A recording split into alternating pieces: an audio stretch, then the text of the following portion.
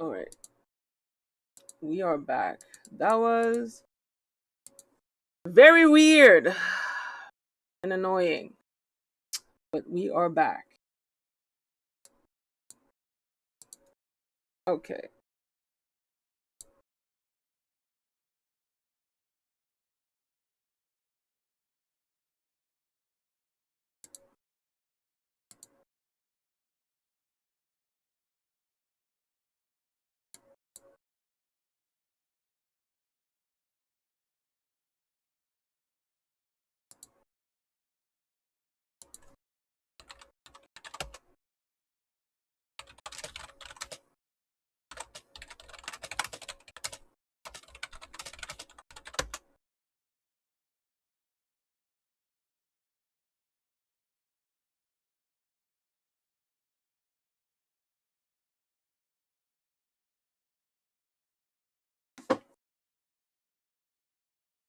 Okay. Woo. Oh.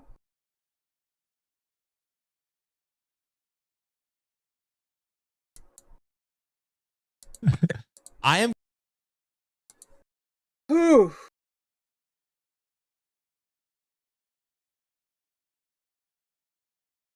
All right, back to what? Oh yeah, I think I was done. Am I tripping? I think I can. Yes. Okay, cool. I can go get my Coda thing. Fantastic. That's exactly what I wanted. Let's do it. Oops.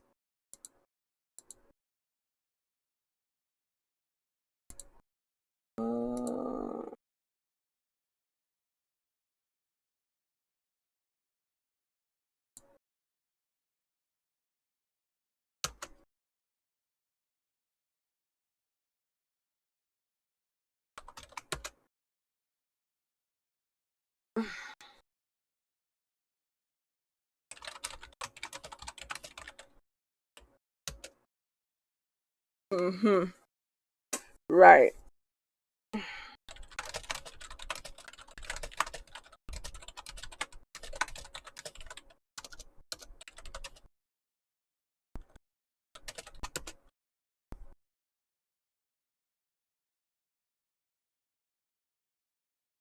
Oh my god, Jamie. Look.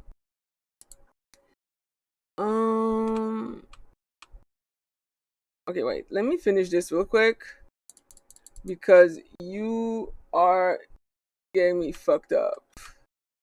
You got me fucked up, boy. And also, I need to start my podcast again because the silent is crazy. Okay, we have multiple issues that need to be taken care of.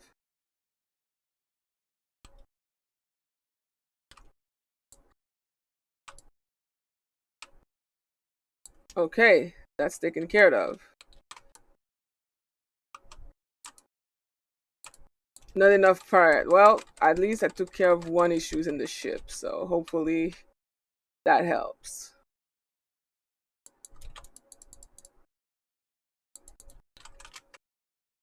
Yo, my internet is acting so weird. I'm getting tired of all I want for Christmas, though. Also, the idea of meeting Santa and having your child sit on his lap gives me major pedophile vibes. The fact that parents find it cute to have their child sit on an old man for a picture while they tell him what they want just doesn't sit right with me. I think it's a little more okay to decorate a tree in a house, but still very weird. The entire holiday isn't my favorite, but I don't hate it. I will say... You sure about that? Sure about that? You sure about that? I will say, however, it is nice to get time off of school and work to relax and enjoy time with family. Edit. Every comment is about how creepy it is to sit on Santa's lap. There was even a comment about the idea of sitting on his lap was definitely made by and for pedos. So is this poster okay? He had me until the Santa part because I'm like, I think you're projecting a lot on people. Like you're calling every mall Santa a pedophile, which is fucked up. Like that's fucked up to do. It's just a job for them. Yeah, I think it might be sexualizing something that doesn't need to be sexualized. Exactly. Yeah, it's giving me like the wasn't there a story where the dad didn't like hug or kiss Being his called child? daddy or something like being that? called daddy. That's what it was. Yeah. Yeah. It's just like you're sexualizing something that should not be sexualized. Yeah. And I think that's on you. Yeah. Up until that point, I was like, yeah, I mean, you're fine. You just don't like Christmas, which is okay. You don't have to yuck everyone's yum, but Yeah. That's what I'm saying. Yeah. I'm someone who doesn't really, I'm not the most festive person, but if, any of my family would like to incorporate Didn't know you like, could holiday forge stuff, stuff. I'm all for it. If Juliet tells me to wear an ugly sweater, best believe I'm rocking an ugly they're sweater. usually comfy. So, babe, when it's not itchy, yes, it's comfy. But yeah, like I feel like this person is okay up to certain points. I feel like something happened to you during, that holiday time to make you. You say you don't hate Christmas, but you sure do sound like you fucking hate that shit. So, yeah, like what Josh said, don't yuck everyone's yum. Some people love Christmas, and more power to people who can enjoy holidays. Whenever you said, I feel like something happened, it reminded me of that It's Always Sunny episode where Charlie sits on Santa's lap. And he's like, did you fuck my mom? And Santa was Oh my like, god! Speaking "What?" of, it's always sunny and Abbott Elementary collab. I have Yeah. no idea how they're doing that. They're wildly those different. Half of them are Characters not should even not- allowed to be in school. They should not be around children. They should not be around I'm children. excited. I'm excited for that one. Oh no, I love both shows, but just you could not pick more opposite vibes. Oh, Mac's gonna say do some What stupid word? shit. Oh, you your- fucking feel it. Gambling All thing? of them. They're all evil Yeah, characters. that's true. They're all bad. All right, next one is coming also from r/unpopular opinion, and OP writes, Channing Tatum isn't all that in the looks department. It's been a couple of years since he appeared in this sub, but it's due more reflection. I saw him modeling for a scent brand, can't remember the one, and he just looked a bit plain. And he's also a bit round. That being said, he's not a terrible comedic actor, and he does seem like a sound My name's person. Joe. So we body shaming people? Yeah, What the that's fuck? what it think seemed so. like. I mean, So is this fucked up. poster okay? No. people age. Like people go through bodily changes. Hell, this reminds me of people clowning on Batista, who happens to be like a wrestler turned actor. Who, when he was like, when he was an active wrestler, he was like 300 pounds, solid muscle. People are clowning on him now because he's lost weight, when he was like, well, I consciously made that decision because I want to feel better about myself. Yeah. Also, he's still 245 pounds of And I'm muscle. pretty sure he can fucking whoop anyone's ass at this point. And what if like Channing was just like, well, back then, when he was like, doing step ups and all that, step up movies Am and I all that, alone? like maybe No, I'm not. Hollywood or other movies So too. Like weird. his role has to dictate like, hey, he has to be a certain figure. But now he's just like, what? I'm just doing my best life. Like I'll do whatever the fuck I want. Why are you gonna shame him for that shit, bro? Yeah. Like, that's weird. It's fine to Yeah. have like be like, oh, Celebrity crushes. well, I was gonna say like just like seeing a celebrity and be like, oh, not my taste. And you could just shut the fuck up after that. Like, Just leave it you at that. don't have to say anything. You don't have to comment on other people's bodies.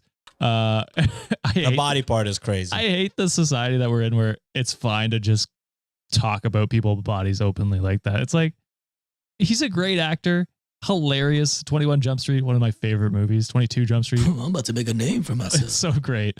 It's just like, why do you have to comment on their bodies? Who cares? That doesn't need Don't to get me be started with the fucking hate shit that Selena Gomez gets. That Oh, fucking yeah, makes that my too. blood boil. Ariana Grande too, I think, is getting it now with Wicked coming out. She's getting See, all people these are just- comments. It's just like, guys, we don't have to comment on Like, did we everyone's not bodies. realize whenever Chadwick got skinny and everyone was like, oh my God, Yes. I wish he would get swole again. And then he died and everyone was like, we'll never comment on people's bodies again. And then a month later, y'all are back on the same shit. Yeah. That's crazy. Like, come on, guys. People have the audacity because they're behind a screen name and a fake profile picture. But I guarantee you, like, you won't say this shit in front of people's faces. Yeah. No. And then they do. And then Jason Kelsey beats the shit out of you. And they have the fucking nerve to be like, "Oh, I'm a victim, bitch. You deserved it." Yeah. Shut up. All right, well, that's it for this episode. Before we completely finish it, I do have some Venmos I'd like to read. Woo! Let's go. First one. All right. Hello.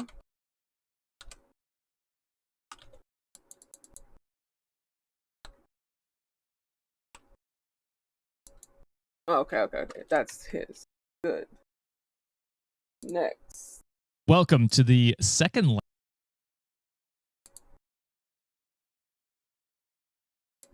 Am I the asshole for suing my neighbor after their kid trespassed and fell into my koi pond? Have you seen the You're outtakes of what? that? It's so good. That episode was a whole "Am I the asshole" on Jim because he For just leaving his ass. for not not helping him. So He was too embarrassed to get down and dirty and help out Michael. exactly. But also, Michael could have just stood up. I don't know. He did freak out. What are you guys saying about this one? What was the title again? I totally blanked out. I was just waiting for the office bit. Am I the asshole for suing my neighbor after their kid trespassed and fell into my koi pond? No, that sounds illegal. Trespassing?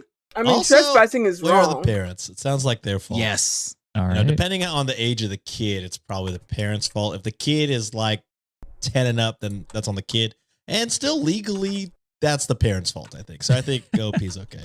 The All way right. I'm suing. Koi fishes are expensive. Yeah, I had no idea. I actually looked it up after this. They're What Really? is the very cost of a koi expensive. fish?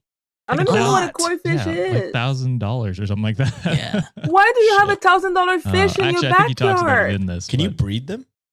that I Sure you don't know. can. I didn't go that far into the research. This might be our next business opportunity, boy. Breeding koi fish. Yeah. If the podcast thing doesn't work out, I think we found our next one. That's crazy. All right. So I, 22 male, have a koi pond in my backyard.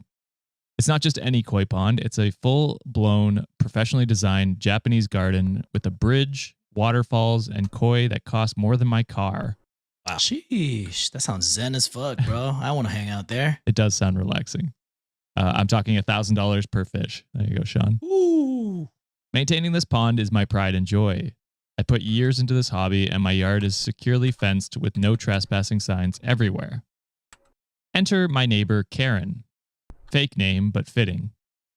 Karen has a son, let's call him Timmy, 8 male, who is notorious for wandering into other people's yards uninvited. That's bad parenting. I gotta Agreed. say. That's Yeah. insane. Like, especially since his yard is like fenced off and has no trespassing signs. No, It's you like, have to Signs be. everywhere. You're Yes. working hard to break in. It's Yeah. not an accident that you're there. I've talked to Karen multiple times about this, but she just brushes it off with, kids will be kids. Last week, while I was out running errands, I got a frantic call from Karen. Apparently, Timmy climbed over my fence to feed the fish, even though I have explicitly told him to stay out. What? In doing so, he slipped, fell into the pond, and destroyed part of the carefully maintained ecosystem. Ooh. What the fuck is Several of wrong my with this prized kid? koi fish died due to stress, and the filtration system was damaged because of the debris Timmy kicked in. Luckily, Timmy wasn't severely hurt, just a few scrapes. But Karen has been demanding I pay for his medical bills. Excuse me? Bitch, you're Karen, fucking you got me. crazy. Oh, hell nah. She claims my pond is an attractive nuisance and that I should have had a cover or something Yo, I to cannot prevent stand kids parents from like falling this. in. I argued that 1, it's private and fenced in property, and 2, her son had no business being there in the first place. Exactly. Yup. When I refused to pay, Karen lost it and started bad-mouthing me to the whole neighborhood, calling me heartless and a terrible person.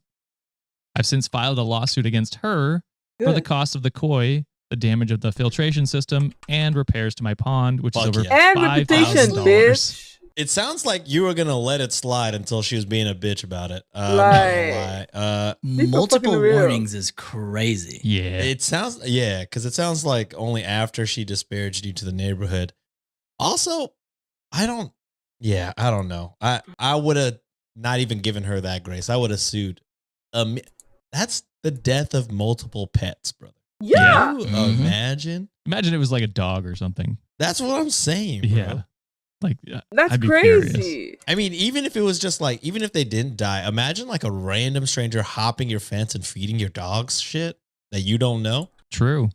What the fuck? Like, Like, no fucking hello? way. I would have sued so hard immediately. Exactly. Not to mention I'm kicking that kid. I don't give a fuck. No, yeah. I'm not going to front. Whenever he said, luckily the kid wasn't injured, I was like, Good. is that, But also, fuck them is kids. that luckily? Or are we kind of, the kid needs to learn a lesson, not to, oh man. Recording in the early afternoons. Maybe I'm filled with rage already. I don't know. Welcome Yeah. to my life, brother. Yeah, I mean, it sounds like he got like a scare, which is Oh, I probably can't good. Hopefully, it teaches him a lesson. Buy more that way. than one. With the rotation? parenting of this mother, I unfortunately doubt so. So do I. Because it's crazy to your kid trespassed and you're the koi pond was attractive. If you don't shut your dumb ass, Parents and accountability for their children. Some of my friends think I'm taking it too far, Challenge saying impossible. he's just a kid. But others agree that Karen should have been watching him better. Yes. bro. So what are you am- doing not watching your 8-year-old? Exactly. Or What at are you least doing? teaching Is that them. not there's a word I'm thinking of. Negligent. negligent. parenting. Negligent. Yes, Yeah. Is it that is can you not be negligent. arrested for negligence? I don't know. 100%. So final sentence. Am I the asshole for suing my neighbor after her kid trespassed and destroyed my koi pond? No. No, I would have sued for much more amount of money. Are you fucking kidding me? Multiple warnings. And like what Sean's saying, you have been very gracious in all this situation because that one instance is enough for me to be like, hey, you need to fucking stop or I'm calling the cops on your ass immediately. To the point that Damn. multiple fish died. It fucked up the ecosystem. It's not even just the ones that survived. It's going to affect the rest of the, you know, however, how much fish you have in that pond. Not only that, the whole excuse over just a kid. Well, this is just a lawsuit that's about to happen to your ass because you are going to pay for all this shit. At the end of the day, it's a private lot. What is her fucking excuse about? It's a nuisance to the community, how it's a sore eyes. Bitch, what the fuck are you? You're No, a she's saying terrible it's parent. attractive. Yeah, right? she's saying it's too good looking. It's Or too, too good, good looking. Dan, what the fuck? It's a private damn backyard. What the hell are you doing snooping in other people's places? But yeah, I agree. Fuck this kid. Fuck this parent. Nice. And I think they're terrible people. And I hope they pay a lot of money on this shit. Man, I hope Yay. they. No, that's rude. I don't hope that. it. I was gonna be like, I hope this kid gets taken away. That's too much. I think. That is That's too much. crazy. Just pay the $5,000. I hope or the 5,000 makes her realize that she needs to take better responsibility over Yeah, her child. yeah. Yeah, I'm going to scorched earth. I think ultimately she should raise the children. Sean. I think- Mustard. I think she should just do it better. I'm not gonna lie. I was gonna open Monday's episode. No intro, just mustard. And it might still Do it. happen. Who I'm knows? gonna forget. Oh, Go okay. ahead. Yeah, Reddit agreed with you guys, not the asshole. Yeah. Christentia said, not the asshole at all. You receive damages on your private property due to a trespasser. Your koi Yeah. pond is gated behind a fence that is something preventing a kid from falling in. Absolutely hold this person Nice. accountable. She seems very spoiled, entitled, and needs a reality check. And now her kid is. So Yeah. So just a generational fucking spoiled assholes. yeah. Mhm. So even her argument of like you need something to cover the pond to keep kids from falling Stupid. in. It's like, well, there's a fence around it. It's like Yeah. that should be enough. You know what I mean? Yeah, Your do your kid fucking climbed a job and your fence and yeah, trespassed. Yeah. your little shitty spawn out here fucking up everyone's stuff. Fuck out of here. Yeah. All right. Moving on to the next story here, posted by Go Davy Go. And Go. Go Davy Go. And the title is Fight, Brandon, fight. What? Am I the asshole for refusing to cater to one student's dietary restrictions when bringing snacks for my son's third grade class? Probably. Mm, I could see this being like, if you were told ahead of time, Yeah. and then you were still like, well, fuck it, I'm gonna just, that one kid won't get snacks. That's kind of fucked up. Yeah. But if, like, I can imagine, I was gonna say kolaches, but that's not like that's a Texas thing. I don't know if people. I don't know what you're talking about.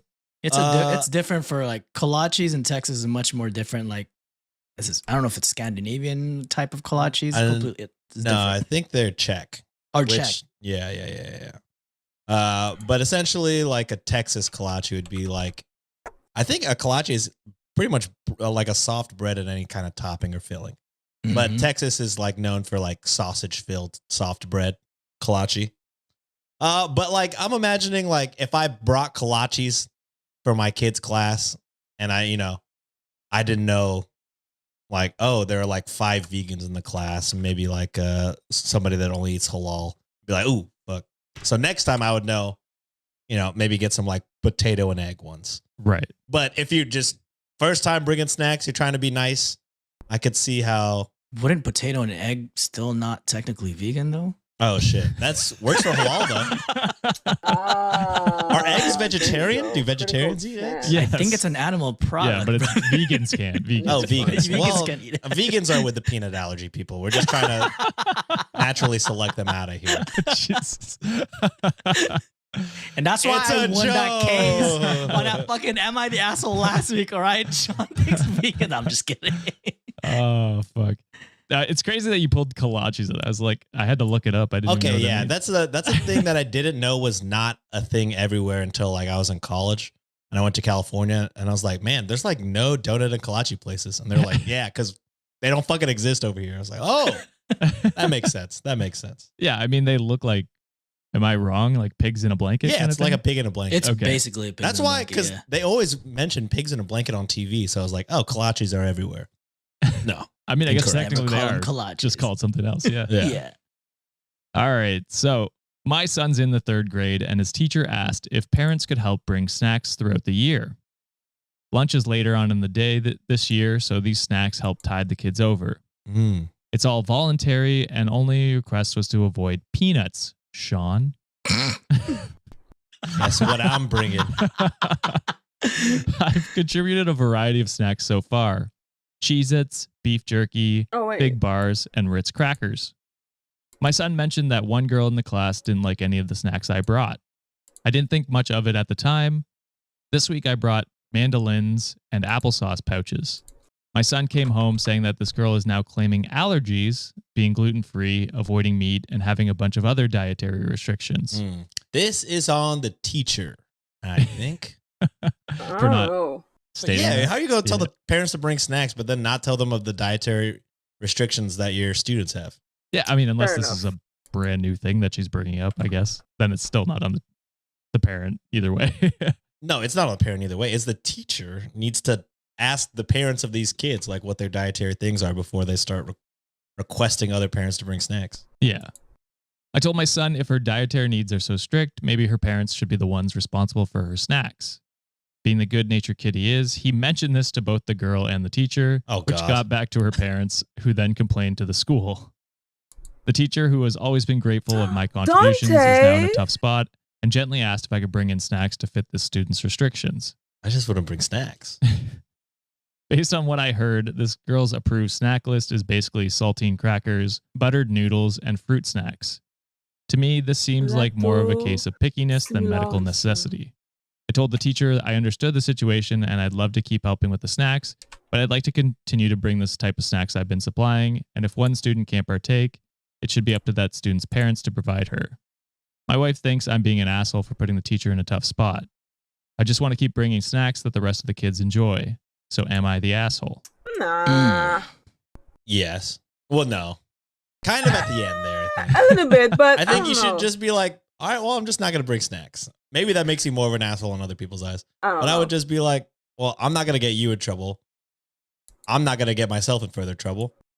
I'm going to just get out of the snack game altogether. Also, again, I think it's the teacher. I think the teacher should have asked, what are the dietary restrictions of the kid? If the parents don't say shit, then it's on the parents.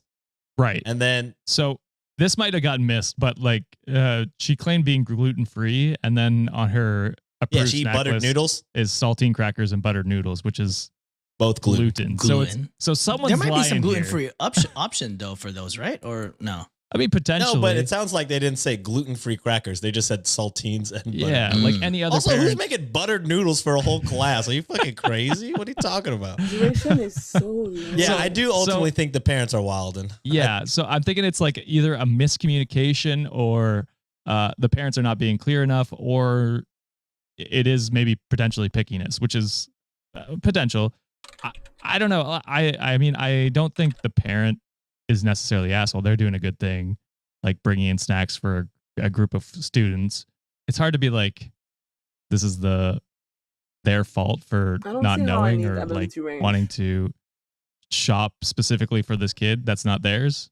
I think that's fair. No, that's fine. Yeah. I think it's weird to be like, well, I want to keep giving food. Fuck that one kid. I mean, but also we say fuck those kids a lot. So honestly, yeah, he's probably all right. I think it's the teacher and the parents. And then like whenever the parents complained about it, if the teacher was like, oh, I asked dietary restrictions, y'all didn't give me anything. So like, Mhm. it's not on me. You know what I Yeah. mean? I don't think Then we have I would enough be like, info. okay, it's 100% on that other kid's parents for not being on top of shit. But Yeah. if the teacher never asked the parents like what the restrictions are, then they're opening themselves up to Better. shit like this, in my opinion. That's fair. And I would have like it's hard enough to know the information on that part of it specifically, because we don't know if they had a conversation with parents. I would imagine the No, teacher it's would never. know the allergies within the school or within their class. So I would imagine if that had been disclosed, they would have known that and disclosed it to parents Yeah, bringing but then snacks. wouldn't you just be out of the trouble in general with like nobody would be in the hot seat? It would just be like, well, the parents didn't tell me that their kid was gluten free. yeah. Also, their parents are asking for crackers, which are filled with gluten. So, and buttered noodles. and buttered noodles, which is a crazy request. What are you saying, John? I think the only person at fault here, well, not only person, but I feel like whoever is the parents of the kid that has allergies has the most responsibility in this situation. For sure. Yes. I think the OP is doing a good thing that benefits majority of the class. And yes, it would be nice to do, to be inclusive of all like dietary restrictions, but they're kind of doing it in the kindness of their own heart, their own finances. Would it be nice to consider another kids? Sure, but at the same time, that responsibility aligns to that kid's parents. If they want to be nourished in school, which I think they should to begin with. However, if they have a lot of restrictions that, kind of doesn't align to other people's stuff, then it might put OP in a tough spot. So it's hard to blame the teacher in this situation. I think they're probably stuck and probably hearing it from the kid's parents too, but it's up to the parents to provide that kid with the dietary restrictions, the stuff they need, because everyone else seems to be getting along or, getting what they need to get from the other parent. Yeah, I agree with you, John. I also agree that I think it's wild that the parents have to bring in snacks. I think it should be a school funded It should be. It should program. be. But They anyway. can't even get paper, Josh. You think they're gonna get snacks? No, I know. I'm just It's fucking terrible. the out there. bar is on the ground. And they want to fucking cut this funding even more. It's crazy. Yeah. Mm. Reddit deemed not the asshole. And whatev6187 said she isn't gluten free if saltine and butter noodles are on the list. There you go. Which many people pointed that out, which is why I pointed it out there pretty early for you guys because I feel it was missed. But some people said Ooh, we don't have a lot of butter those. noodles can be gluten free, but they've never heard of gluten free, saltine crackers. So Okay. They do exist, but like they're labeled as such. You know what I mean? right, if you don't specify that, people Yeah. are not going to know. Or like I don't almond understand. I don't flour, understand shit like gluten that. allergies. Is it Celiac. Celiac? Yeah. That's Yeah. I don't fucking know. So there's different levels. Some people like break out. Some people it's actually like it's not as noticeable on the outside. Like it'll destroy their like intestines. It's like or internals like that way. I don't know the details. So don't. But it is just something that can. I know harm women people. with PCOS, like it affects their insulin and things like that. Yeah. So they're not supposed to Ooh. really eat a lot of dairy and gluten. Mm-hmm. Anyway, moving on to the next one, posted by such lower score management, lower score 4619, and the title is "Am I the asshole for not paying for my girlfriend's haircut?" No. Not really. not really. Unless you Unless- fucked up her hair. I was gonna say unless you're like, I like your hair this way and this way only. Yeah. Then it's like, all right, well then pay for it, bitch. You know what I mean? So Yeah. if you have, Fucking- if you don't care at all what the hair looks like, then you're not obligated to. Is it a nice thing to do that? Yeah, but I mean, by no means are you obligated for somebody else's haircut. Unless your boyfriend hit you with a fucking attitude adjustment to the pool or some shit and fucked up your hair, then maybe you owe your girlfriend new hair. But yeah, and if you don't know, an attitude adjustment is a wrestling move. It's not fireman's carry. I was concerned, John. Yeah, not an actual attitude adjustment. It is a wrestling move. I don't want people to be mad at John. I was about to be, so I'm glad you corrected. Be mad at me, please. No, for I'm in a good mood. No, we need you to not get canceled, John. We would very much like to keep doing this show. Yeah. Be mad at him for his puns. Yeah, like as my wrestling belt says there. Come on, you should know by now. All right, so my girlfriend, 32 female, and I, 38 male, have been together for 2 years. I was about to do some math. I was ready. Yeah, I know. I saw you squaring up. I lost my job about 3 months into our relationship. During this time, she really came through for me and helped me out a lot. I did not have a car, so she would help me deliver orders on DoorDash and Grubhub so I could pay bills. That's a nice She also girlfriend. covered the difference out of her pocket if I was running short. To say I'm grateful is an understatement. I finally found a new job 2 months ago. I'm saving up for a car, so she's letting me borrow hers. She accrued some debt while I was out of a job, and I have repaid about half of that. However, now I'm starting to worry that she's only wanting me for my money. Oh, okay. Bitch, you've had a job for 2 months. Shut the fuck up. Motherfucker That is was mooching crazy. and benefiting off of this shit while your ass was off. And next That thing is you know, when she crazy. needs help, you bitch ass, boy, maybe you need the attitude adjustment, you motherfucker. As a matter of fact, we should call it the move that John Cena used to call it before he called it attitude adjustment. F you, my guy.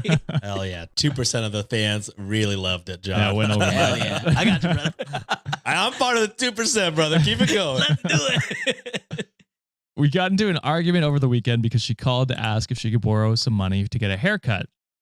Apparently, she is running short due to an unexpected home repair cost, but already paid the hairdresser a deposit that she would have to forfeit if she rescheduled it. I had a long day at work and was exhausted both mentally and physically. Again, you've been working for 2 months. You fucking bastard. So when I noticed that my phone was ringing, I was really excited to see her name. But after I answered, she immediately asked me for money.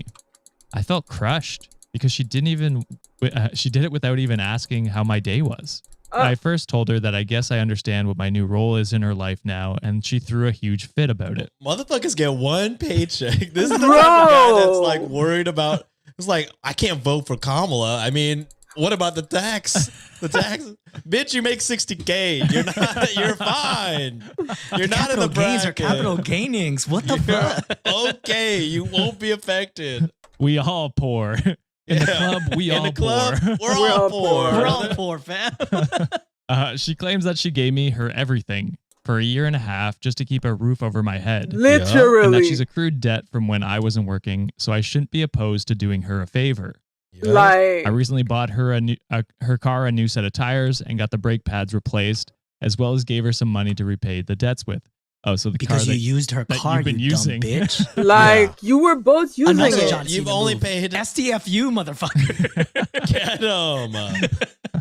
And, you know, again, 2 months for a year and a half, and you've only paid half the debt. Until you're 100% paid off, I feel like you're Shut in the no fuck room up. to complain. Yeah.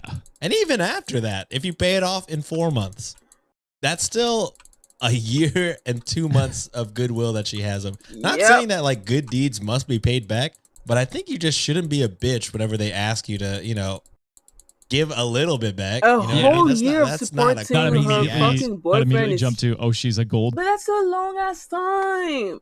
A whole year that she let him use her car. She helped him. She made sure that he had a roof over his head, that he could eat properly, that he could take care of himself.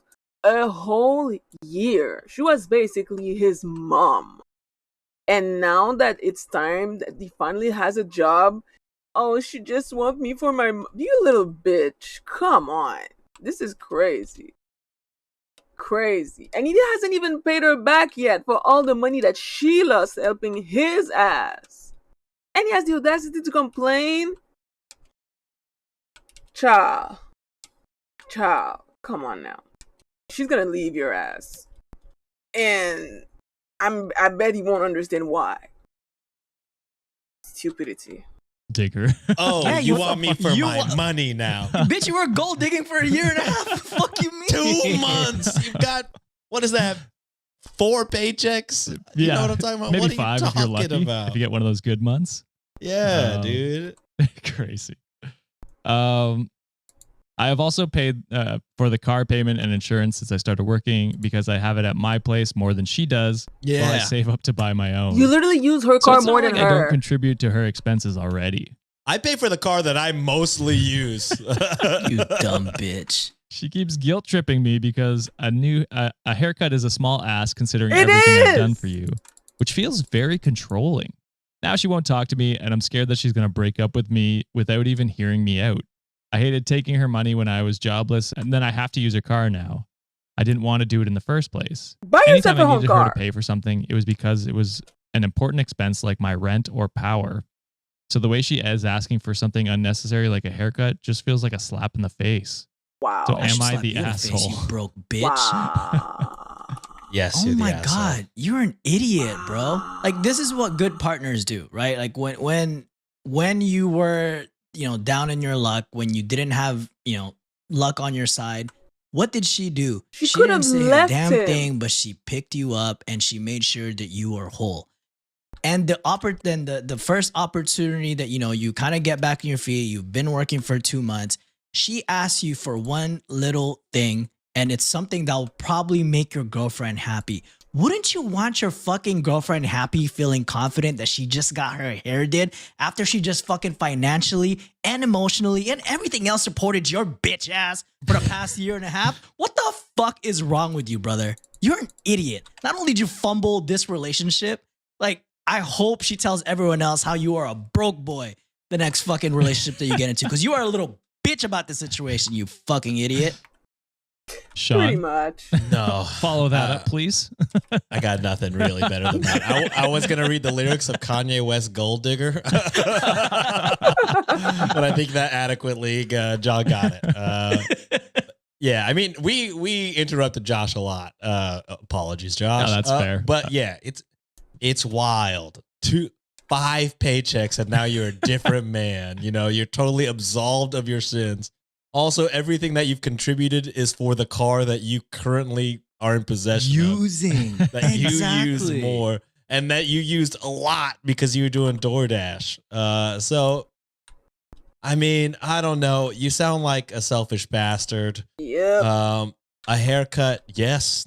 A Women's haircut haircuts is are nothing. expensive. Yeah. But you know what? So was you destroying her car and taking the value off of it for years and for a year and a half. Racking up the So, miles. Racking up Racking the up the miles. miles, The tires everything, the changing. And tires, the brake yep. pads need updating Because of you. of you. So I mean, truly, yeah. Stop being a brokey. Just pay for the haircut. Also, I'm sure during the year and a half of you being broke, you didn't start every phone call with "How's your day?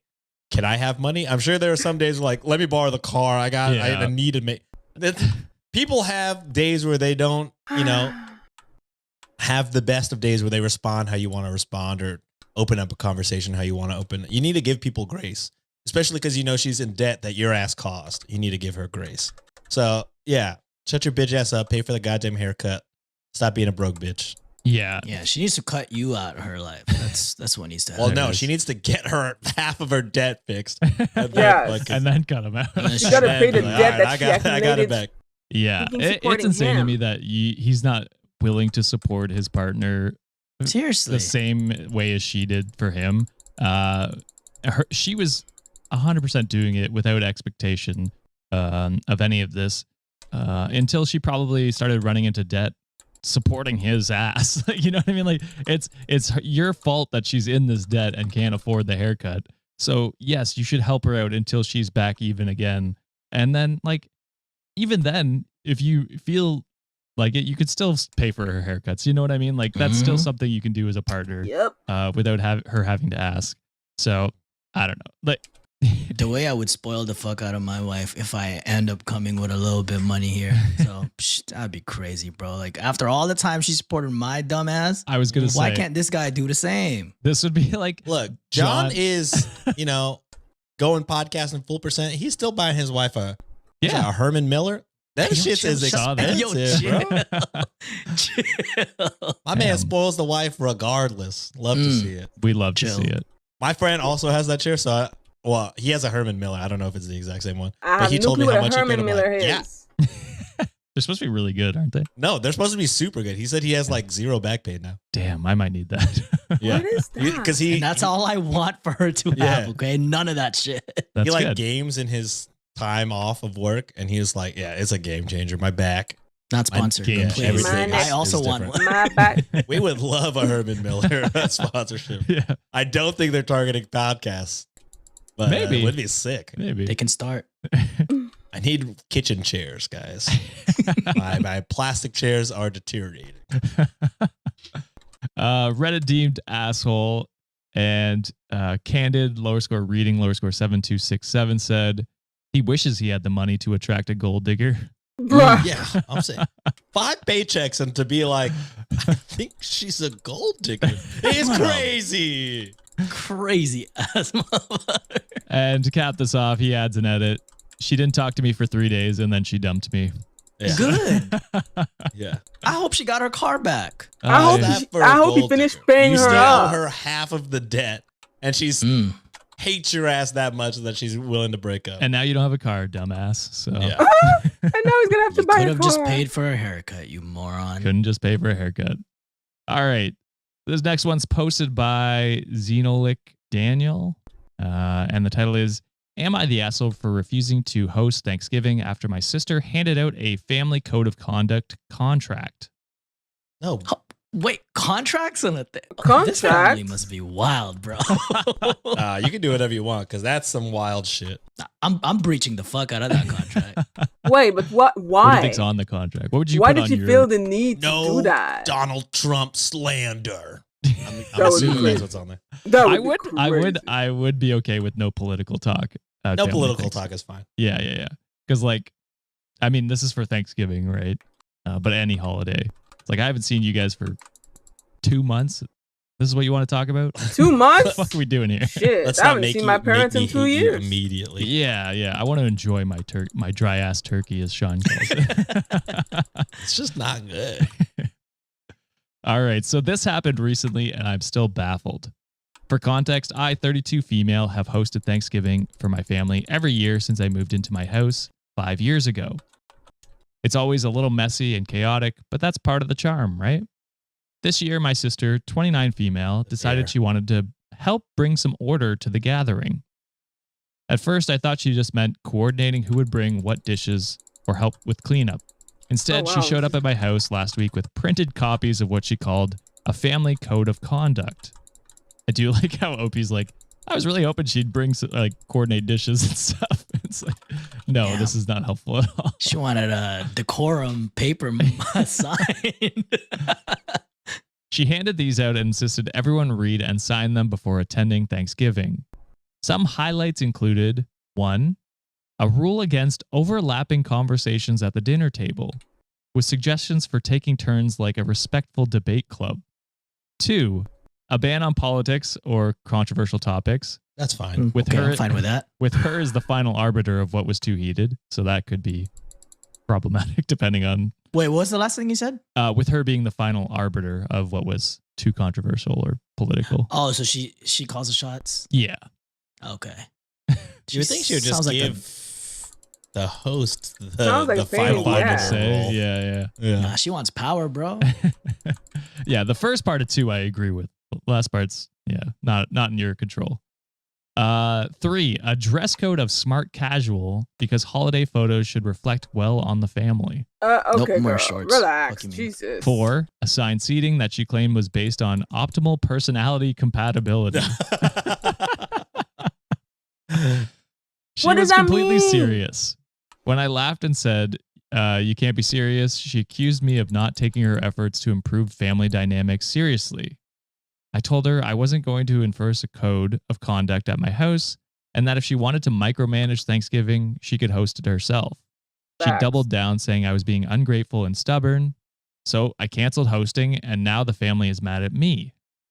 My mom thinks I should have just humored her for the day, while my brother, 35 male, is refusing to go anywhere unless no one tries to draft a holiday constitution.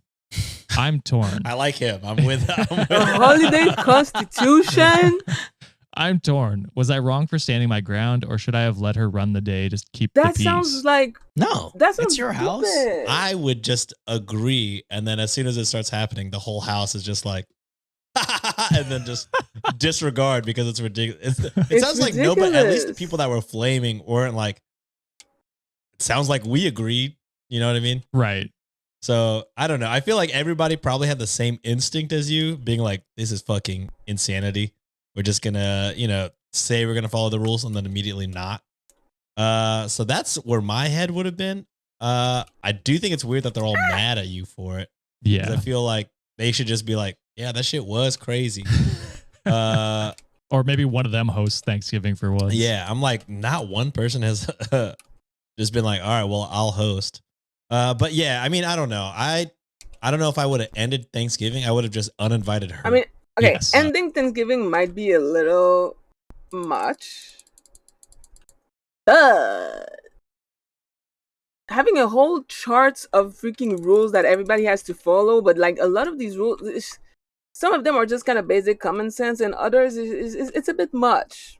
It's very micromanaging, and I hate micromanagement. Like, if you want to micromanage everything, he's right. Just host the damn Thanksgiving dinner at your house, but to impose your rules in somebody else's house and then call them ungrateful for not wanting to follow them is crazy. Stupidly crazy. So, maybe she needs to, I don't know, read the room. I'm pretty sure she should add that to her list of rules to follow. Read the room. Because a lot of people don't know how to do that. Me included sometime, but that's because I'm slightly autistic, unfortunately. I agree with that. Personally. Because, everybody else, I'm not going to, especially because it's, I don't know if this was recently posted, but we're It getting was. close Yeah. to American Thanksgiving. So, Well, wait, It past would when be- this episode comes out. oh yeah, by the time this True. comes out. Yeah. But at the time of recording, it's getting awfully close. So I would imagine it'd be pretty stressful for anybody to be like, all of a sudden, they're the host. So I would have just uninvited the wild sibling. But yeah, that's just me. I don't know. I mean, I don't think that the OP is wrong to end it. It's their house. They could do whatever the fuck. I'm Literally. always pro your house, your rules. So Yep. yeah, Same. I don't think the only person here that sucks is the sibling, and I guess not the family. brother. The brother's The brother's rad as chill. fuck. Yeah. He's sick as fuck. But yeah, the mom for getting anybody that's actually genuinely mad about it, I think they need to chill out and direct their anger at the correct person. Yeah, the way I'd be Yeah. bullying my sister if this ever happened to me, and I would literally break every single rule imaginable in that little court of law they had. First thing, I'm gonna start it off. I'm like, you know what? I will talk about controversial topics, you piece of shit. So and the about other Donald thing, I'm gonna. Trump. What were the other rules again? They were talking about like No overlapping dialogue. conversation. The way I would just be shouting at Uncle Bob across the room, like, "Hey, how the fuck are you, Bob?" And then afterwards, I'm also gonna be fucking sitting at random spots shit. all the time just to piss them off. So yes, I would bully my sister into this situation if that was ever me. Yeah, I feel like everybody would have just if Oh. this happened, nobody No. would have fought. I can't How about that? imagine anybody being on brand with this, being like, "Wait, why'd you sit me so far away from my favorite cousin? You Yeah. don't think we're compatible?" Yeah, I would. Yeah, there's no way the family is on board with the rules. Yeah. Also, who decides who's compatible or not? Like, that's usually you sit beside people you like at Thanksgiving dinner or Yeah. whatever. Yeah, this gives me Angela vibes from The Office. I I just feel like this is like a stats. Like I was picturing like a stats person, like a data analytics for like a I mean, sports she was in team. accounting. Yeah, for a sports team where they're like, okay, yeah, I know the stats. Whenever we overlap dialogue, it leads to this, things like that. Yeah. 97% chance of disagreement and debate. It's crazy how Juliet can probably put something like a dashboard together for that. Probably. One of her class, she has to make a freaking chess game, which is A crazy. chess game? Yeah, I'm like, What? What do you What do you mean? mean? A chess game. Isn't there just one Like game an of chess? actual game, like an application game for one of Oh, our like classes. to play Oh. chess. Yeah. Okay. I'm like, what the fuck? I thought you meant invent rules for chess. I was like, I was like, I think they've done it. they perfected that shit. They did it. Reddit deemed not the asshole. Obviously. Sensitive note 1139 said, simple fix. Tell her she's welcome to not come to your house for Thanksgiving. Host the family members who are willing to come. Never do something to keep the peace. That just leads to more problems down the road. When your parents get upset and say anything again, let them know they are welcome to go to your sister's and live by her rules for the holiday. Thanksgiving is stressful enough to do without BS rules. And then they put, my mother-in-law only has a few rules. 1, food will be on the table as soon as it's done in the afternoon. If you can't make it on time, there will be leftovers. 2, no one may talk about religion or politics. Again, I agree with that one. Yes. I like that one. 3, little kids may have chicken nuggets if they want them. These rules about prevent adults? drama. Yeah, I think it's an asshole of not having. I want chicken Yeah. nuggets. What the fuck? Kidding me? Never say no to chicken nuggets. Yeah. So, I mean, ultimately, at the end of the day, it's like, again, it's your house, your rules. If you want to have your own rules, you can make those. Yeah, you can host it. And then people. Start a fight club at the basement or something. Air out A your fight club in the you know, basement. It's grievances crazy. and all your freaking frustrations and beat the shit out of each other. Yeah, I don't know how true this is, but I saw that there's like it's like a holiday thing in Do I have one or Peru no? Yes. where they just fucking Yep. all the beef they Yeah. They squash it. they by squash it fighting. on one day and they all Yup. fight. They're off. They just Like, call each other out. family And then members? they're friends afterwards. Or just anyone. Citizens of I think the it was like town. it's like a village, yeah, like a specific village. I think So it it's is like Peru. the purge, but no murder. Yeah, no murder. No. It's just a fist fight, and then the rest of the city will break it up when it gets out of hand. Okay. Yeah. But they have to. I think they start and end every fight with a hug.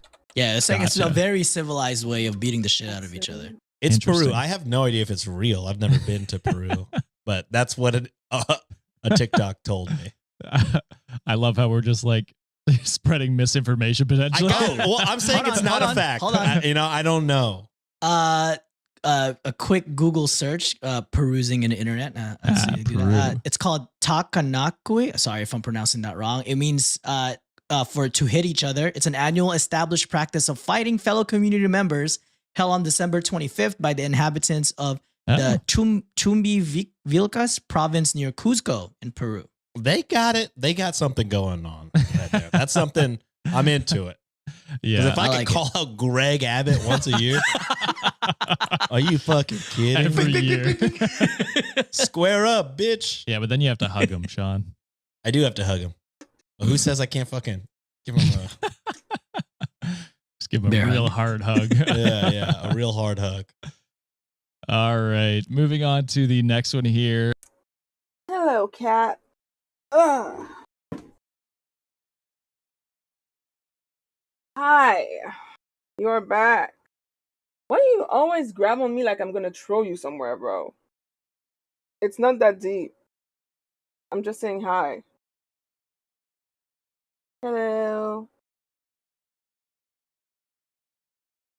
Alright. I gotta use the bathroom. Am I allowed to? Thank you very much. I'll be right back.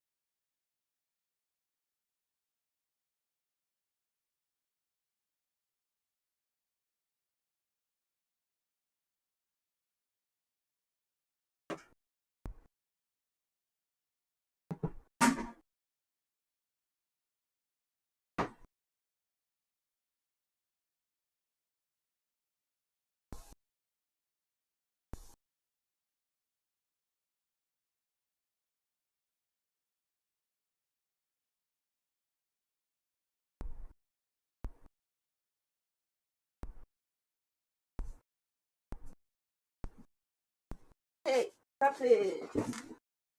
What is wrong with you? Don't scratch me like that. Posted by Deleted. Coward. What a Couldn't Asshole. stand on their morals. This one's titled, Am I the Asshole for Telling an Asian Man that his area is probably not big enough for me to enjoy anyway, after he stated that I'm not a beauty standard? Damn, Oh. Sean. Maybe Alright, not. fuck You guys were gearing up. Maybe not. I Maybe not. mean, Maybe you're okay. he called you ugly. You said your dick ain't big enough. Personally, I think that y'all even each other out. So until I get more context on the situation, I would say not the asshole. Semi-final judgment. Well, I'll ask you this. Is it okay to be racist if you're insulted? You know? Sounds like a everybody sucks thing. What are you saying, John? Maybe they deserve it. She But does. or also, he your does? area isn't big enough for me to enjoy does not sound like that big of an insult compared to you are not a beauty standard. So truly, maybe OP is fine here. All right. Again, we're Asians, not Caucasians, all right? Well, I am. What? You see, Sean? What? All right. So I, 27 female, am a Latina woman with brown skin complexion and an average sized body. This happened yesterday. I was at the mall with two of my friends, both Why white did and I- girls. Ah, there you go. We were shopping at Macy's when two Asian Oh. guys walked up to us and started flirting directly with my friends. One of my friends, who we'll call Kate, is in a relationship. My second friend, who we'll call Emily, and I are the only ones single. The guy proceeded to ask Kate and Emily to hang out sometime and even asked to exchange numbers. Kate informed both guys that she was already taken and told them that I'm single and free to mingle. The guy, who apparently called dibs on Kate, gave me an awkward look and said, "Yeah, I don't think that will work out." Curious, I asked what he meant by that. What he said next didn't shock me. He told me that he was looking for someone who would fit the beauty standard and would be good enough to maybe introduce to his parents. Fuck You you. could have just said no, you fucking You idiot. literally could have just said, I chuckled and said, "Well, not that's okay. interested I'm or sure your whatever." buddy down there isn't big enough for me anyways." And I pointed to Oh, his private I thought- area. I understood the What did you think? The title. Well, I how don't did know. you I heard misunderstood the place is title? big enough. Oh, that's why I I was- knew. That's why I was That's why I like, I said don't know what that means. Oh, but now I understand. you understand now? Okay. Yeah. The two Asian guys and my friend were all stunned by my response. I told the girls to meet me in the footwear area when they were done with the guys and walked off. Later, as we were driving home, Kate told me that my response was sort of immature and stereotyping, and not all Asian guys have small areas. Yeah. Can't I relate. mean, okay, but he was still rude. Mine works. That's all I care about. I told her that I wasn't just going to stand there and allow the prick to insult me. Like, She said that I can't expect every guy to find me beautiful and attractive. and you can't expect every guy to have a big dick. So now what? Like, he literally didn't have to be rude. Like, it's giving bitch tendency. It's giving, oh, I can't dish it, but I can't take it. If he didn't want it to be insulted when he just called a girl pretty much ugly, then he should have shut his mouth. Keep your mouth shut. I mean, come on now. He asked for it, in my personal opinion. Final judgment, not the asshole.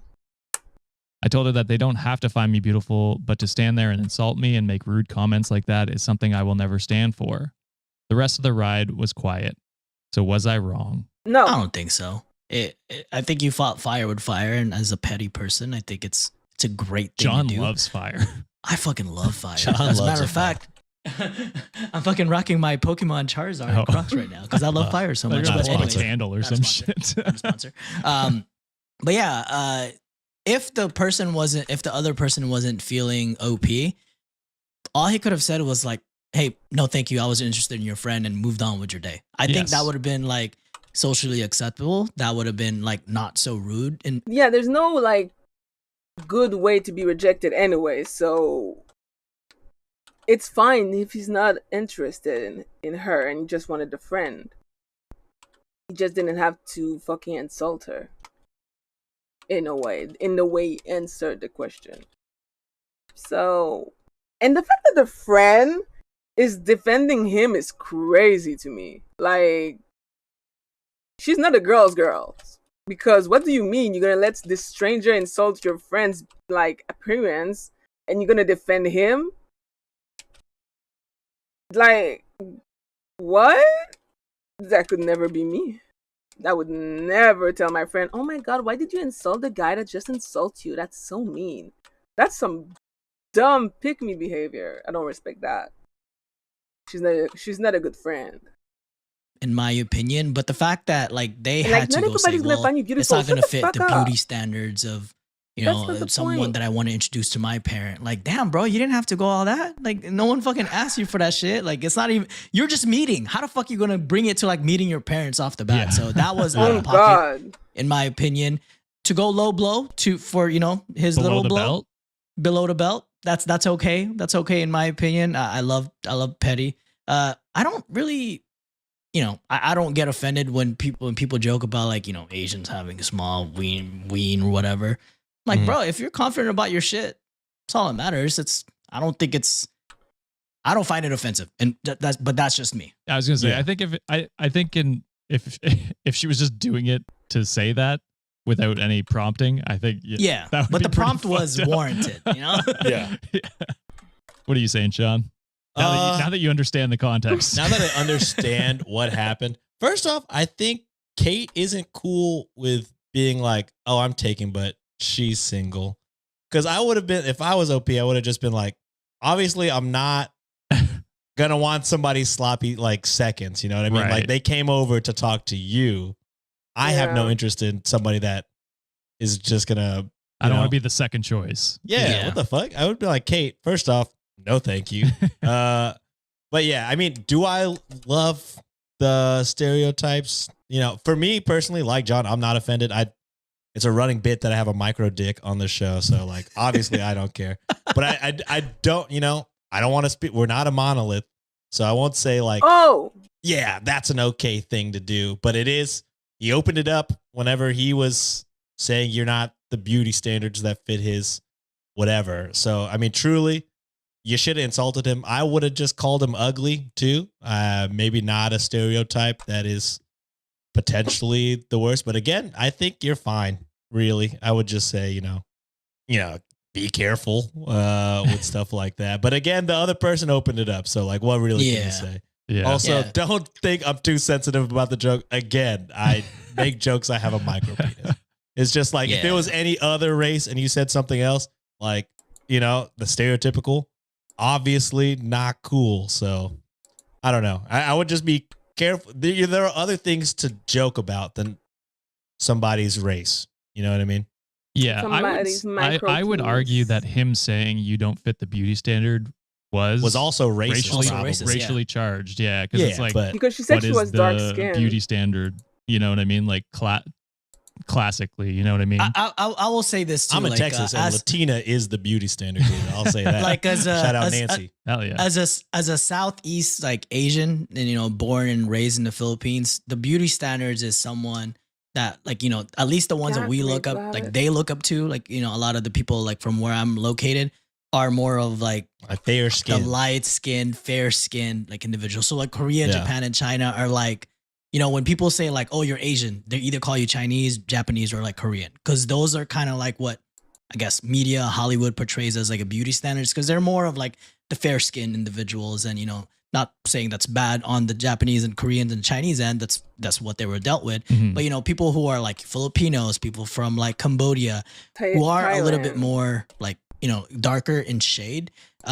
Growing up, like I've seen a lot of like friends who try to like whiten their skin a little bit more just to fit those certain standards. So yes, Mhm. I do agree that statement, Josh, is It's racially charged. It's racially charged. Yeah, Yeah, for because sure. it's like, wait, what are you trying to say? Because her complexion is a little bit different. It's not, I guess, She's not good enough. white to like, you know, their standard that it's not considered beautiful. So yes, I completely agree that statement is well warranted because that was racially charged to me too. And all Yeah. I'm saying is if, let's say, another person of color made a racially charged joke at me, I'm personally not coming back at them with a stereotype. Is Right. all I'm saying. You know what I mean? So there are other ways to make fun of people. I think that might have been the best, but also you're not the worst person. I don't even think you're an asshole for saying what you said. Right. Because again, you're fighting fire with fire. I'm just saying, me personally, don't love it. Yeah, that's fair. That's fair. Yeah. If they were going to be called asshole in situation, I would just grade it as a reactionary asshole, Okay. I mean, That's fair, yeah. That's fair. Yeah. which I don't think is. No, I think Yeah. the person is fine, honestly. Yeah. I'm just saying for future reference, Yeah.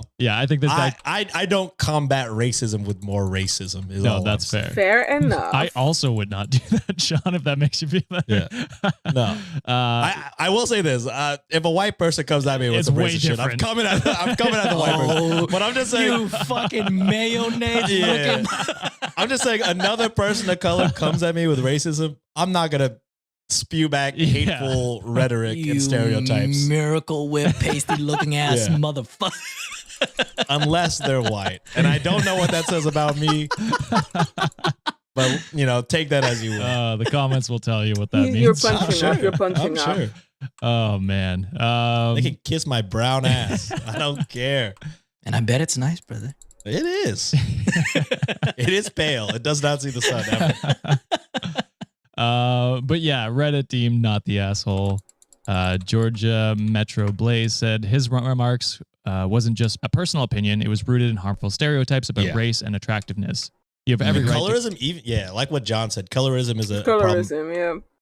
kind of everywhere, because it's not even Yeah. just a race thing. It's like there's so many beauty products in the Philippines where we're from that are like bleaching and things like that, which is awful. like, It's like, yeah, why is that the beauty standard? It's the whites have done irreparable damage to the Shit, hey, world. I was freaking raised to like use freaking papaya soap to like whiten my skin. I'm like, fuck that. I'm proud of my color. damn. Yeah, I love being tan. What you mean? which is crazy because in America, I everybody hate wants to being be pale. so tan. Which Yeah. is crazy. Yeah. But everywhere else, everyone wants to look like Americans, which are pale. Mhm. Yeah. It's wild. It is wild. But yeah, at the end of the day, I think Opie was. I do not love that Kate immediately didn't take your side in that. Yeah, also, I still think Crazy. it's wild for Kate to be like, take my seconds. Sloppy second. Bitch, yeah. if you don't fucking shit. Nobody wants to, oh yeah, you know how I met my wife? I hit on her friend, and then her friend was like, my friend is willing and single and ready to mingle. I will say if she It's wasn't like, good there, enough. if she wasn't there, it'd be different. If it's like, oh, I have a friend who's not here right now, like that would be different. You know what I Yeah, mean? but he saw Yes. the friend Yes. and then went to Kate. That's fucked up. If I was OP, I'd be like, fuck everybody in this group, actually. I'm going home. Yeah, for real. All right. Last one we got here, posted by Miserable Midscore Light, Midscore 3444. And the title is, Am I the asshole for asking my husband to prioritize our family tradition over his new friendship? No, I feel that's a reasonable ask. It's probably bad that you had to ask for that. I Yeah. feel like. Yeah, no, I think you're good. Oh, All right. My husband, 35 male, and I, 32 female, have a very small but meaningful tradition. nice. We started the first year we got married. It's nothing major, but it's important to me. Every November, on the weekend before Thanksgiving, we take a day trip to this lakeside town about an hour away.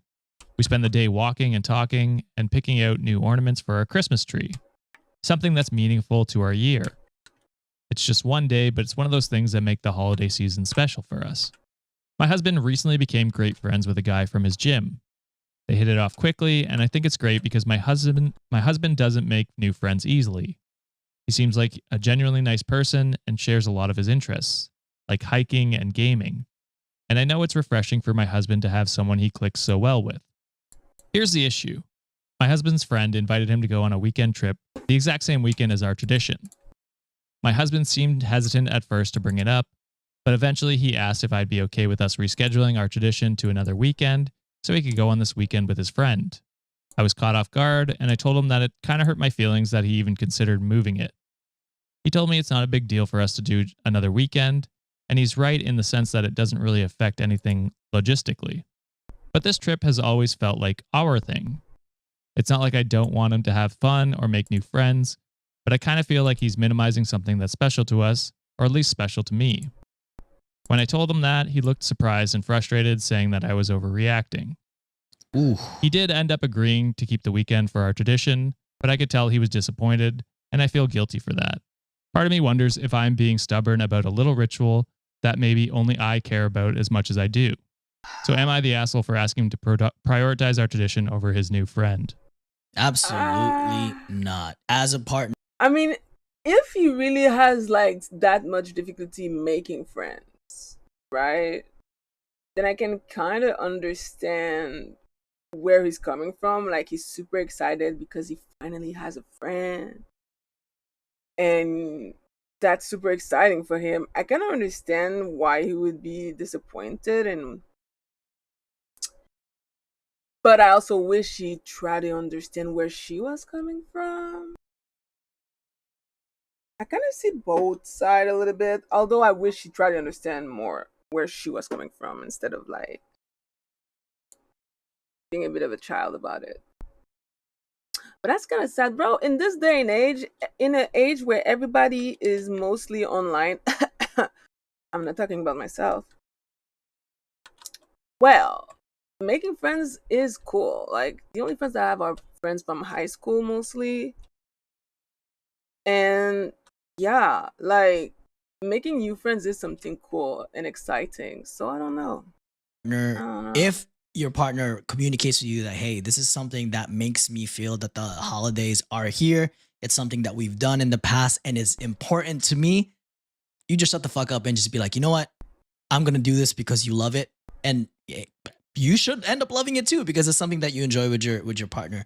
That happened to me a few times. Like one of my traditions is I love watching WrestleMania, to bring back to wrestling again. And it's my tradition to just like sit on a TV, like during WrestleMania, like the whole weekend, I just sit and watch wrestling all day long. And that's pretty much the whole weekend. However, there was a time where we, Juliet wanted to go to like New York because, she just finished like her school and she just wanted to unwind. And she was like, hey, I really need a break. And the cheapest time to go to New York is like during WrestleMania weekend. And I could have been an asshole and been like, no, but it's WrestleMania weekend. I'm like, no, this is important to you. You need the relaxation. You need a break.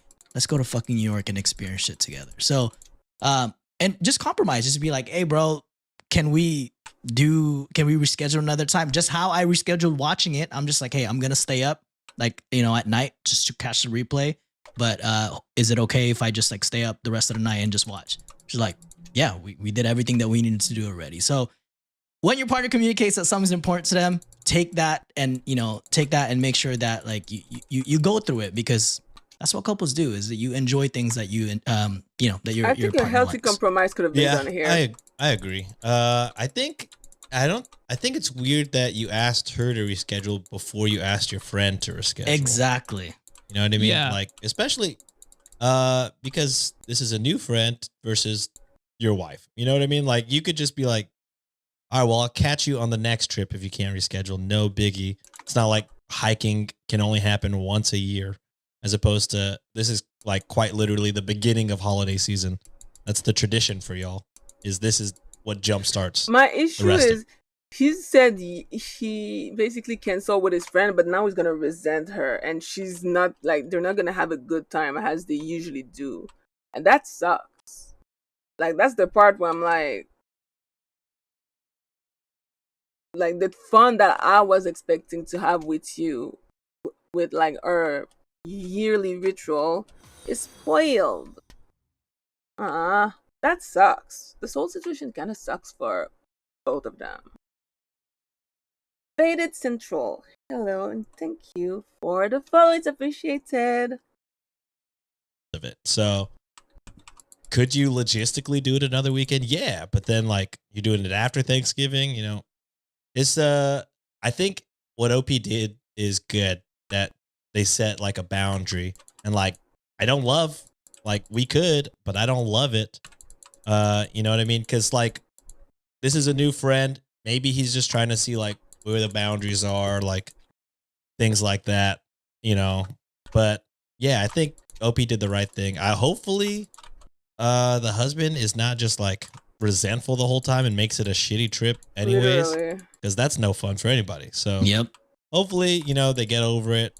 Yeah, I just think it's weird that you put the onus on the wife instead of like his new friend. Yeah. Maybe because he's more Yeah. comfortable with the wife, so maybe he's like, "Oh, I'm trying to impress the new friend," but also never stop trying to impress your wife, right? Like you want to keep the wife happy. I think. Yeah. I mean, Yup. I can speak to that a bit more. Like in your 30s, it is very much harder to late 20s too. It's harder to make new friends. And so I get As someone who doesn't have a social life outside of this podcast, yes, I get it. my friends live very far away. Same. I understand him being like maybe anxious about potentially losing out on a friendship if he asks them to reschedule. I get that. I honestly, at this point, I think no assholes. I think he asked, she said no. Yeah. He obliged and said, okay, yeah, I'll we'll keep it that weekend. He's upset. I think that's fine. I think you guys should talk about it for sure before it happens. So that, like Sean says, that it doesn't become a negative thing. So at the end of the day, I don't love that he, what did he say? He said I was overreacting. I don't love Yeah. that. That Yeah. part I was like, why would you Literally say put that? your Yeah. core You've family been doing behind this your for friend after all, years. they're another Yeah. priority. So I don't love that, but at the end of the day, he did end up agreeing Nah. to the weekend to keep. I mean, it really depends on what kind of relationship you have with your family, but it's a couple thing. They have a couple ritual that she enjoyed doing every year, and she attached a lot of importance to that ritual, and he clearly, I mean, for this particular moment, he wanted to hang out with his new friend because he doesn't have a lot of those. Which is why I said that I kind of feel for both of them. She just wants some couple time, and he wants to be with his new friends, and he wanted to reschedule their couple time. I feel like in both cases, better communication could have been had, and a compromise could have been maybe reached. But hey, I'm not in their shoes, and I'm not a therapist, so Keep it tradition. Yeah, I mean that's the part too that's like, to me, I consider him like caving as just like, oh, she's just nagging me to fucking go in this situation. That's probably why I'm just like not too happy about the husband. But I do get what you're saying though, Josh. Yeah, and I don't know. We don't know his set. Like he could be like this weekend could go fine, and he could have fun Yeah. and not make it a thing. I could just see in the moment maybe being someone who is maybe more introverted and has a harder time making friends, Yeah, no, being that- upset that that maybe this could end our friendship. You know what I mean? Like having those anxieties about that. So I get that. I think it's on him to properly voice that and have a conversation about that. But we'll see. There is updates, so I will get to the Oh. updates. Ooh, we love updates. Before there are updates, there was a more info needed tag over the post, so people weren't judging one way or the other off the bat. So I mean, obviously, yeah. Pick your battles. It really depends on like. I personally, if my boyfriend of my long-term boyfriend, who I know doesn't have a lot of friends, just meet a new guy and he's really excited about having a new friend, I would be so happy for him. I'd be like, you know what? We can reschedule, babe. I mean, this is like our little thing, but I can make an exception for this year. And, it doesn't have to be a big deal. That's me personally, though. So, and I'm not going to say that the poster is wrong or whatever. That's my personal opinion based on the information that I have so far. But I don't know, maybe it's going to change with the updates. update. I saw some people asking how long we've been married. We've been married for 6 years, and we've been doing this tradition since our first year together, always on the same weekend. Update 2, a lot of people have asked why this specific weekend matters so much to me. I think it's because we've kept this tradition on the same weekend for over 6 years, and to me, the timing feels like an integral part of the tradition itself. It's become a marker for the start of the holiday season in my mind, and changing it feels like losing some of the meaning behind it. Which I don't know why people were harping on her so much about being like, why does that weekend matter? It's like, if it's tradition, it's tradition. It's like, oh, why does your anniversary matter? Because that's when we got married. That's when we started this relationship. It's like, this is when we started the tradition. I understand It was that a part. sentimental moment Yeah. for OP. I don't understand people sometimes. I don't get it either. Update 3. After a few hours, I want to thank everyone who shared their opinion. After reading the comments and giving myself some time to reflect, I decided to talk to my husband again. I told him I felt bad for how things went earlier and that I didn't mean to make him feel like I'm keeping him on a leash. Which, again, I don't think you were. I think you just I think it's fair to ask for a tradition. described your boundary. Yeah. Like, you just described, like, it's really important to me. This is the start. I think, you did everything right. It's not like you're like, you cannot go. Yeah. I also explained why our little tradition feels so special to me and how I've always seen that weekend as our weekend. He admitted that he hadn't realized how much it meant to me. He said he'd been excited about the trip with his friend because it was the first time in a long while that someone had reached out to him like that, and that he didn't want to let that slip away. We both agreed we could have handled the conversation better and that neither of us wanted the other to feel like their feelings didn't matter. As we said love healthy earlier, communication. we've decided to stick to our tradition this year as planned, and my husband is going to plan a weekend trip with his friend in January when the holidays are over. Nice. So, pretty good. all is when that I ends will well. say, I went to sort by new to see what the comments were, and they were very hot and cold. It was either you're the asshole or not the asshole for. I don't know. Maybe it's because I like kind of live where I was raised, so I still have like a lot of friends or whatever. But so I don't know like the hardships in like trying to make new friends. But I feel like if you told a new friend like, hey, can we do another weekend? This is a special weekend for my wife and I. Yeah. If they're like, no, you suck, then obviously, That's all not right, a good cool. They're sign. not for you. I realized pretty early on, this is not a friend I would like to have. You know what I mean? Yeah. Yeah. But So- I will say, as someone with social anxiety, you worry about the worst. Like you imagine the worst thing in your head that they're gonna say to you. So you imagine they're gonna say that shit to you and be like, well, shit, there goes my wow. friendship. Even though that would be a terrible situation and no one would ever act like even that. if that happened, you'd be like, well, there goes my friendship, but also probably for the better if they Good reacted thing, that yeah. way. Yes. But like an irrational, like anxiety-ridden mind. Yeah, does there not is no think that way. rationale in Yes. when you have anxiety. That makes Yes. sense. I'm with you Yeah. on that. So I think him being fearful of that is, something he needs to work on for sure. But also, like, I get it. A lot of understand people it. would feel that way. Yeah. But I don't know why people are so hot and cold on it. Because Maybe they all came have a to- similar anxiety. Maybe. I don't know. Because I don't they know, came to a they all Anxiety. they all came to conclusion. like a mature conclusion, which Yeah. is what we kind of hope for in these situations. So Reddit. hates Reddit that. be weird sometimes. Reddit is weird It's like sometimes. I want scorched earth, which makes juicy stories and juicy episodes. I will say on her part, like people that are like, oh, you're keeping on a leash or whatever, like those people have probably been in relationships where they have not been allowed to have friends. But that's Well, then don't project that's an on others, you. bro. Yeah, but yeah. That's on. Yeah, You can't Yeah. project. Yeah.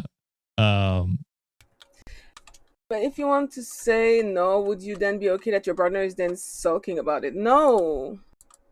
I mean, no. Obviously, that's what I was saying. Like, I wouldn't want my partner to resent me for saying no, and like we end up having a bad weekend about it. Like, I just think like what they did after is good. Like, that's good communication. There is no more conflict, and everybody is happy, and that's pretty much it. Like, that's good communication in the end.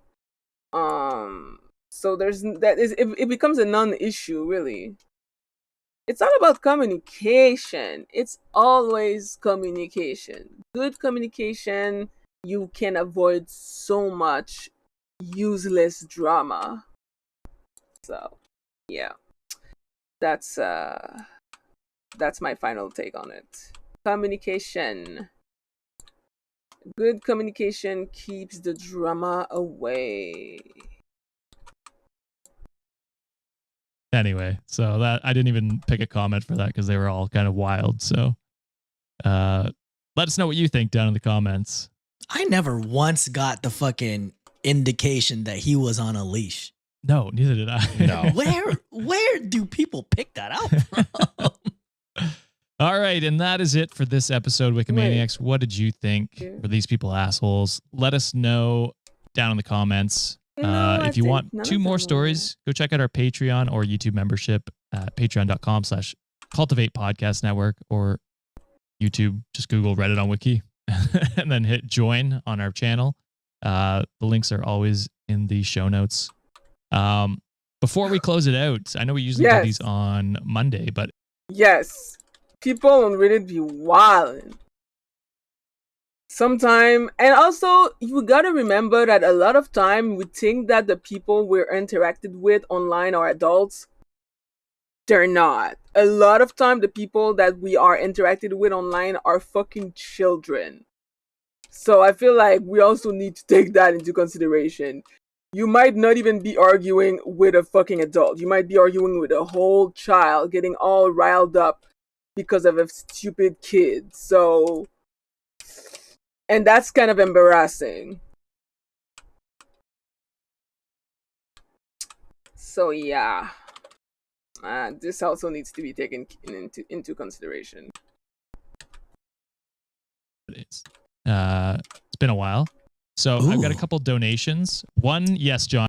I don't care about the donation. I want stories. Okay, wait a minute. Let me start another episode. I have another. What time is it? Yeah, I can do another episode or two, maybe. I suck at time management, though.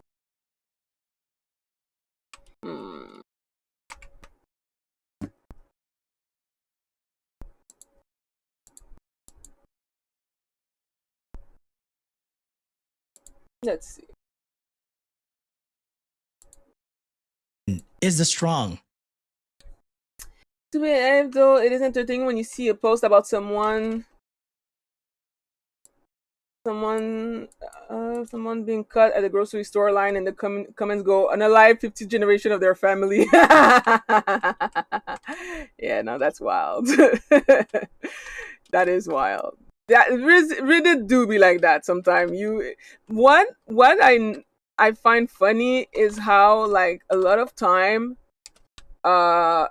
boyfriends, I would say it's usually boyfriends, like, they post about their relationship, and oh my god, am I lost? I think I'm lost, bitch.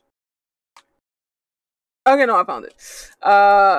They're like, oh my god, so, like, I told my girlfriend to shut the fuck up and I shoved her on the wall. Am I the asshole? And people are like, yeah, obviously, you stupid moron. And other time it's girls having the wildest take about, like, so my boyfriend told me that he wish I was dead, and I told him and I broke up with him.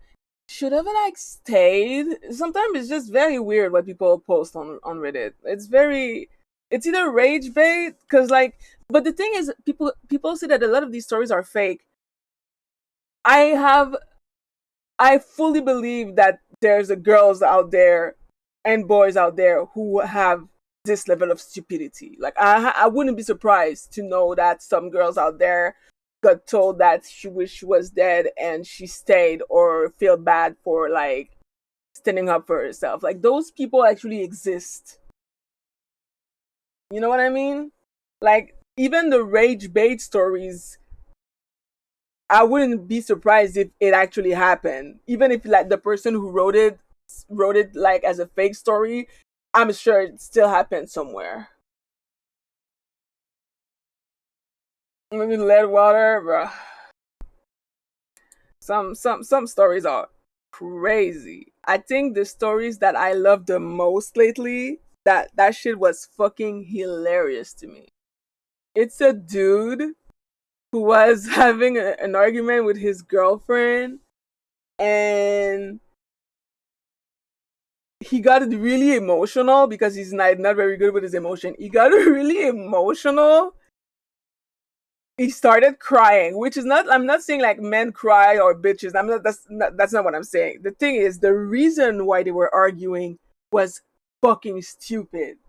He was basically crying about the fact that his big brother's girlfriend sucked his wee wee every morning, and his girlfriend doesn't do that. And he was having a whole thing about how she cooks and clean, and his girlfriend doesn't do that. Mind you, the person who wrote the post was the girlfriend who had to deal with a boyfriend who was crying being emotional because she wouldn't suck him every morning and cook and clean. And it got to the point where he started to throw up a little bit because of how emotional he got and how much he was crying.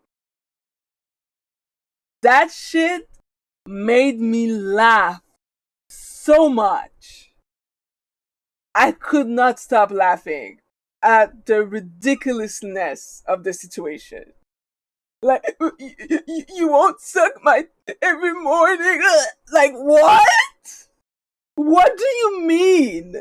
What do you mean?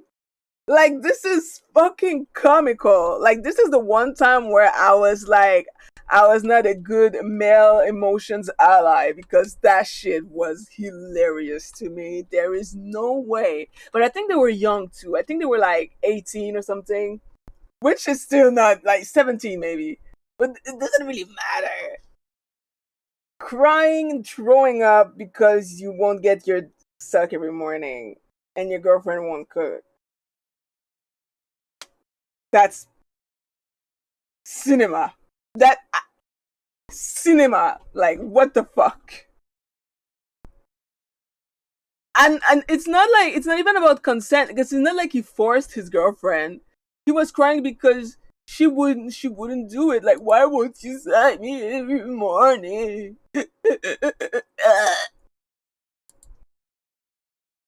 Beautiful. You can't. I would have never been able to write this as a fiction story. This is some good stuff. That's content. My late husband is the strong, silent type. So he's emotionally unavailable and emotionally immature. Got it. Silent type. Okay. Because he's dead. I'm Because his dad is crazy. Oh my god. I thought that's where this What the Oh my fuck? god. was. Not even a joke. That was a real ass question, and I apologize. Wasn't even trying to roast. Damn. Just- Oh my god. Maybe they are roasted because they're cremated. Whoa, Ooh, sick burn. God All right, let's damn. Burn is crazy. Okay. I need a pun button to go off when John says something out of his pocket, but all I have is the law, the Law and Order. Sean might have to say decorum. Yeah. All right. Well, you know what? We're not too far off the par here. All right. So this happened a few years back. At the time, I had been widowed for about 2 years. Oh, Sean is right. wild. And I'm also right because I missed my late hubby a lot. So I kept his urn of ashes on my bedside table. Wait, God. he's Take back actually everything I dead? said. I apologize to both of you. Thank you. As I was in the habit of talking to him about my day and saying goodnight at bedtime. One day, the doorbell rang. Being the socially anxious gal shook. that I am, I ignored it. I do the same.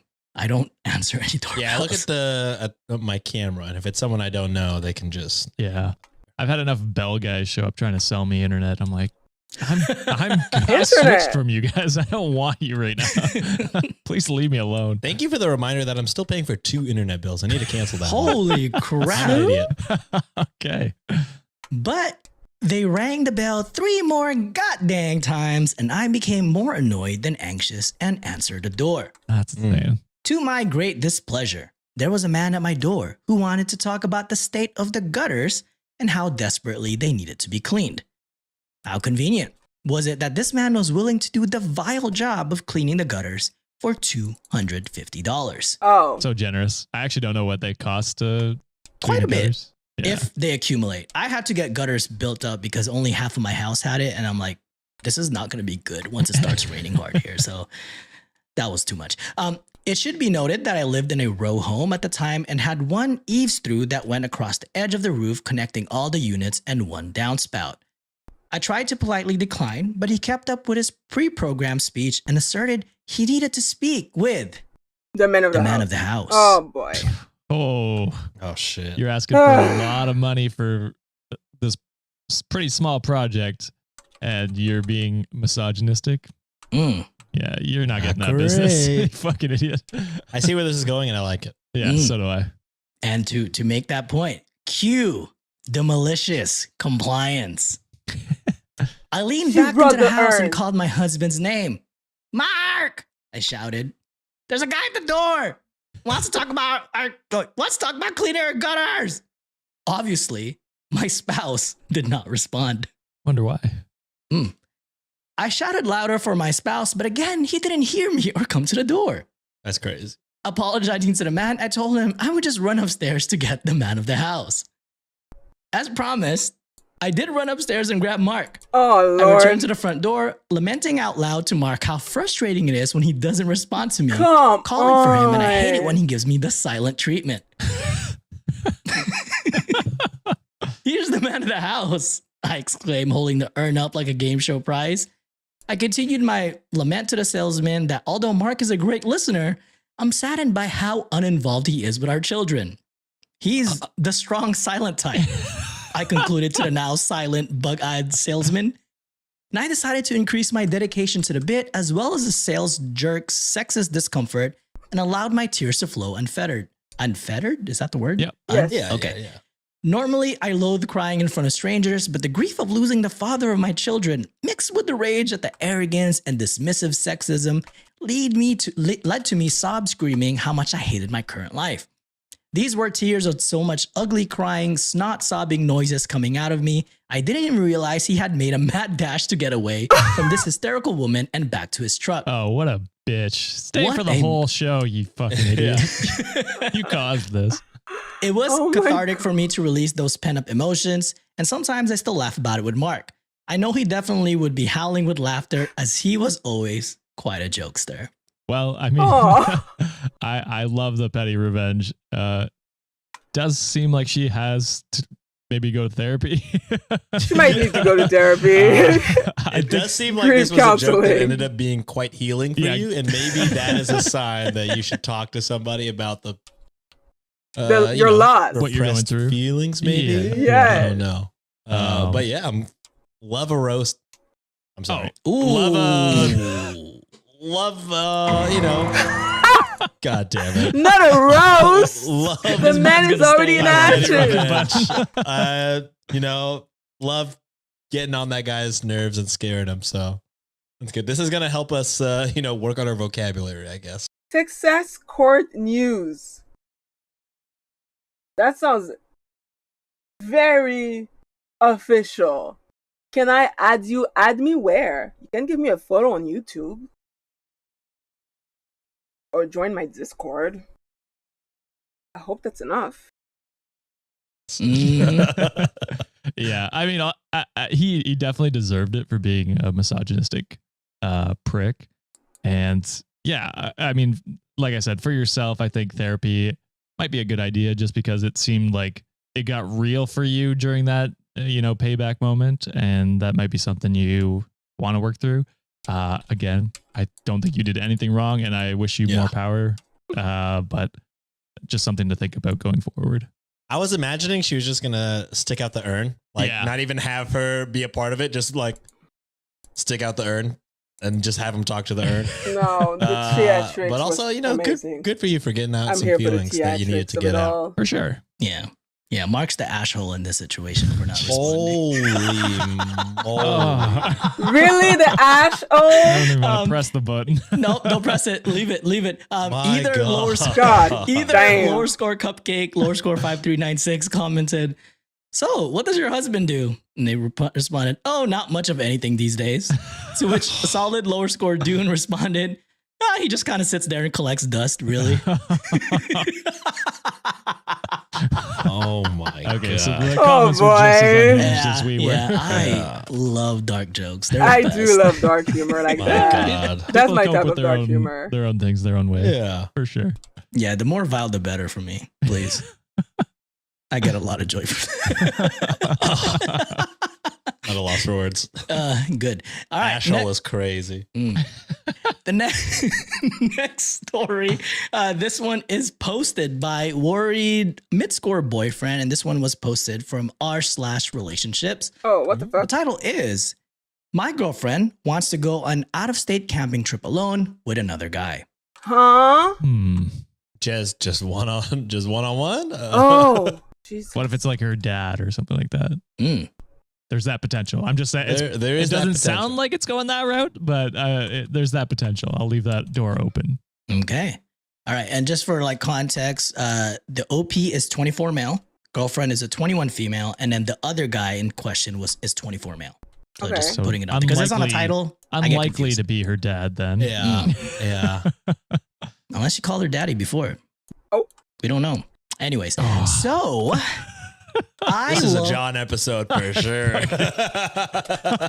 So I love, and this is funny because it actually relates to this. So I love my girlfriend and I do trust her. But every girlfriend I've ever had has cheated on me, and I'm terribly insecure about her spending alone time with someone in a situation like this. We have been together for 2 years now. I met her my senior year of college because my college town was her hometown. I moved up to her college town to live with her after I graduated, and I found a great job there. For months, she's been talking about us going to Maine to camp for a week for vacation with one of her best friends. Let's call him Kyle and his girlfriend. He drinks energy drinks, but only through Punch his walls. butt. So the girlfriend will be there at least. Yes. Yeah, the girlfriend. I've never there, met so what's the Kyle problem? since she lives 2 hours from him now, but she was very open with me when I asked her about him. He's been one of her closest friends since middle school. They liked each other for a bit throughout the years, and the summer after she graduated high school, she had sex with him, but it never went anywhere because she was going to school and he ended up meeting this girl, and they put his current girlfriend, let's call her Anna, soon after. And they've been together since. So I was all down for a couple's trip. Well, recently, I found out the week they had planned on being sent out of state for business and can't take off. And now Kyle's girlfriend can't go either, so it will be just my girlfriend and Kyle on the coast of Maine, No, camping and spending alone time together for a week. no. See, that's very convenient. Obviously, if you are in a relationship, you should be able to trust your partner. Like if there's no trust, there is no relationship.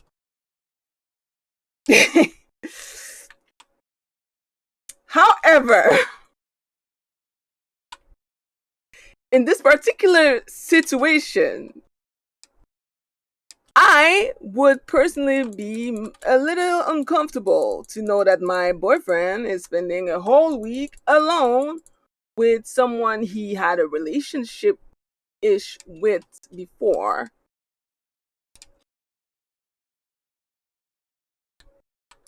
I don't know. I'd be like, can we reschedule? You know, if his girlfriend could still come and it would be the three of them, I'd be like, fine, I don't really care. But the fact that him and the girlfriend can come suddenly is, come on now. Rescheduling is not the end of the world. You know what I mean? Like, it's not. Yeah.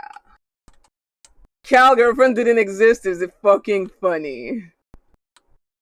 I mean, maybe you're right. Maybe she was fake this whole time and he lied. But that would be crazy. Mind you, it's not that they weren't compatible and nothing went forward, but she moved for school. Yeah. No, I mean that, like, I would be uncomfortable. And that would be my right. And yeah. A week? A week. A week is wild. That's I intense. mean, even a week and a Nah. yeah.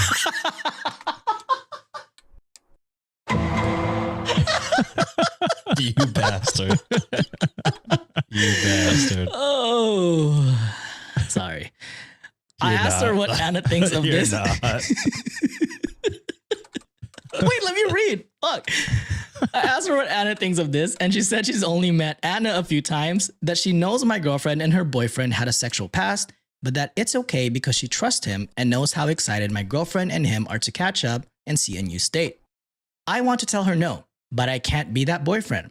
It's the only week she has off between summer and fall semester, and she said her friend Kyle is moving to North Carolina for a new job in September, so she will probably not see him for a long, long time. Perfect to just. It wouldn't be fair to expect her to stay home her only week off from school because I have to go on a business trip either, but I can't help but feel it's unfair to me to run off with an old flame / current friend.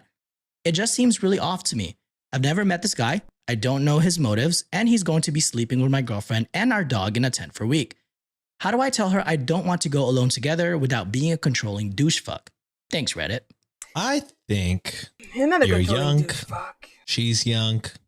You know, if something happens, then it's, you know, What y'all a way could to break look up. at it. You know what I mean? Ultimately, I do agree with that sentiment. Like, has she ever given you a reason to distrust her? Yeah, it sounds like it's other people that are in, you know, Yeah. have given you the reason to distrust, not particularly her.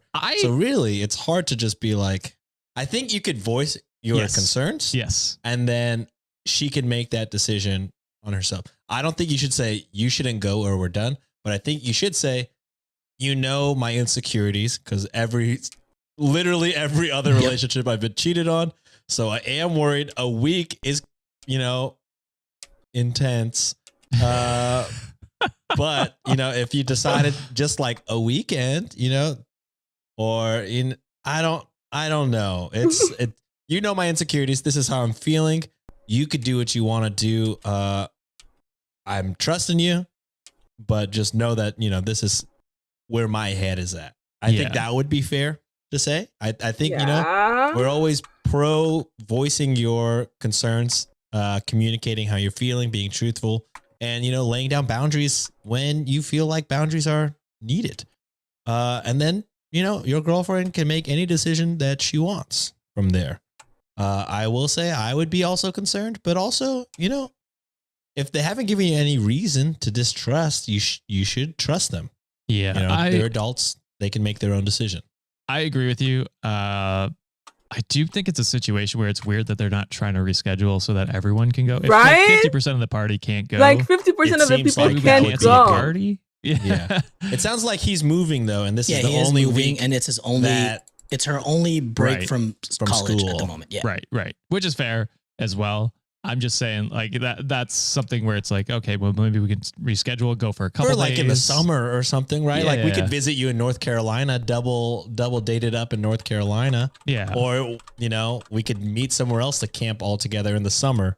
Exactly. But yeah, I'm with you. It's weird, I think. So I do think it's strange that they haven't rescheduled. Again, I'm with Sean. Voice your concerns. Say, hey, I just want you to know where my head's at.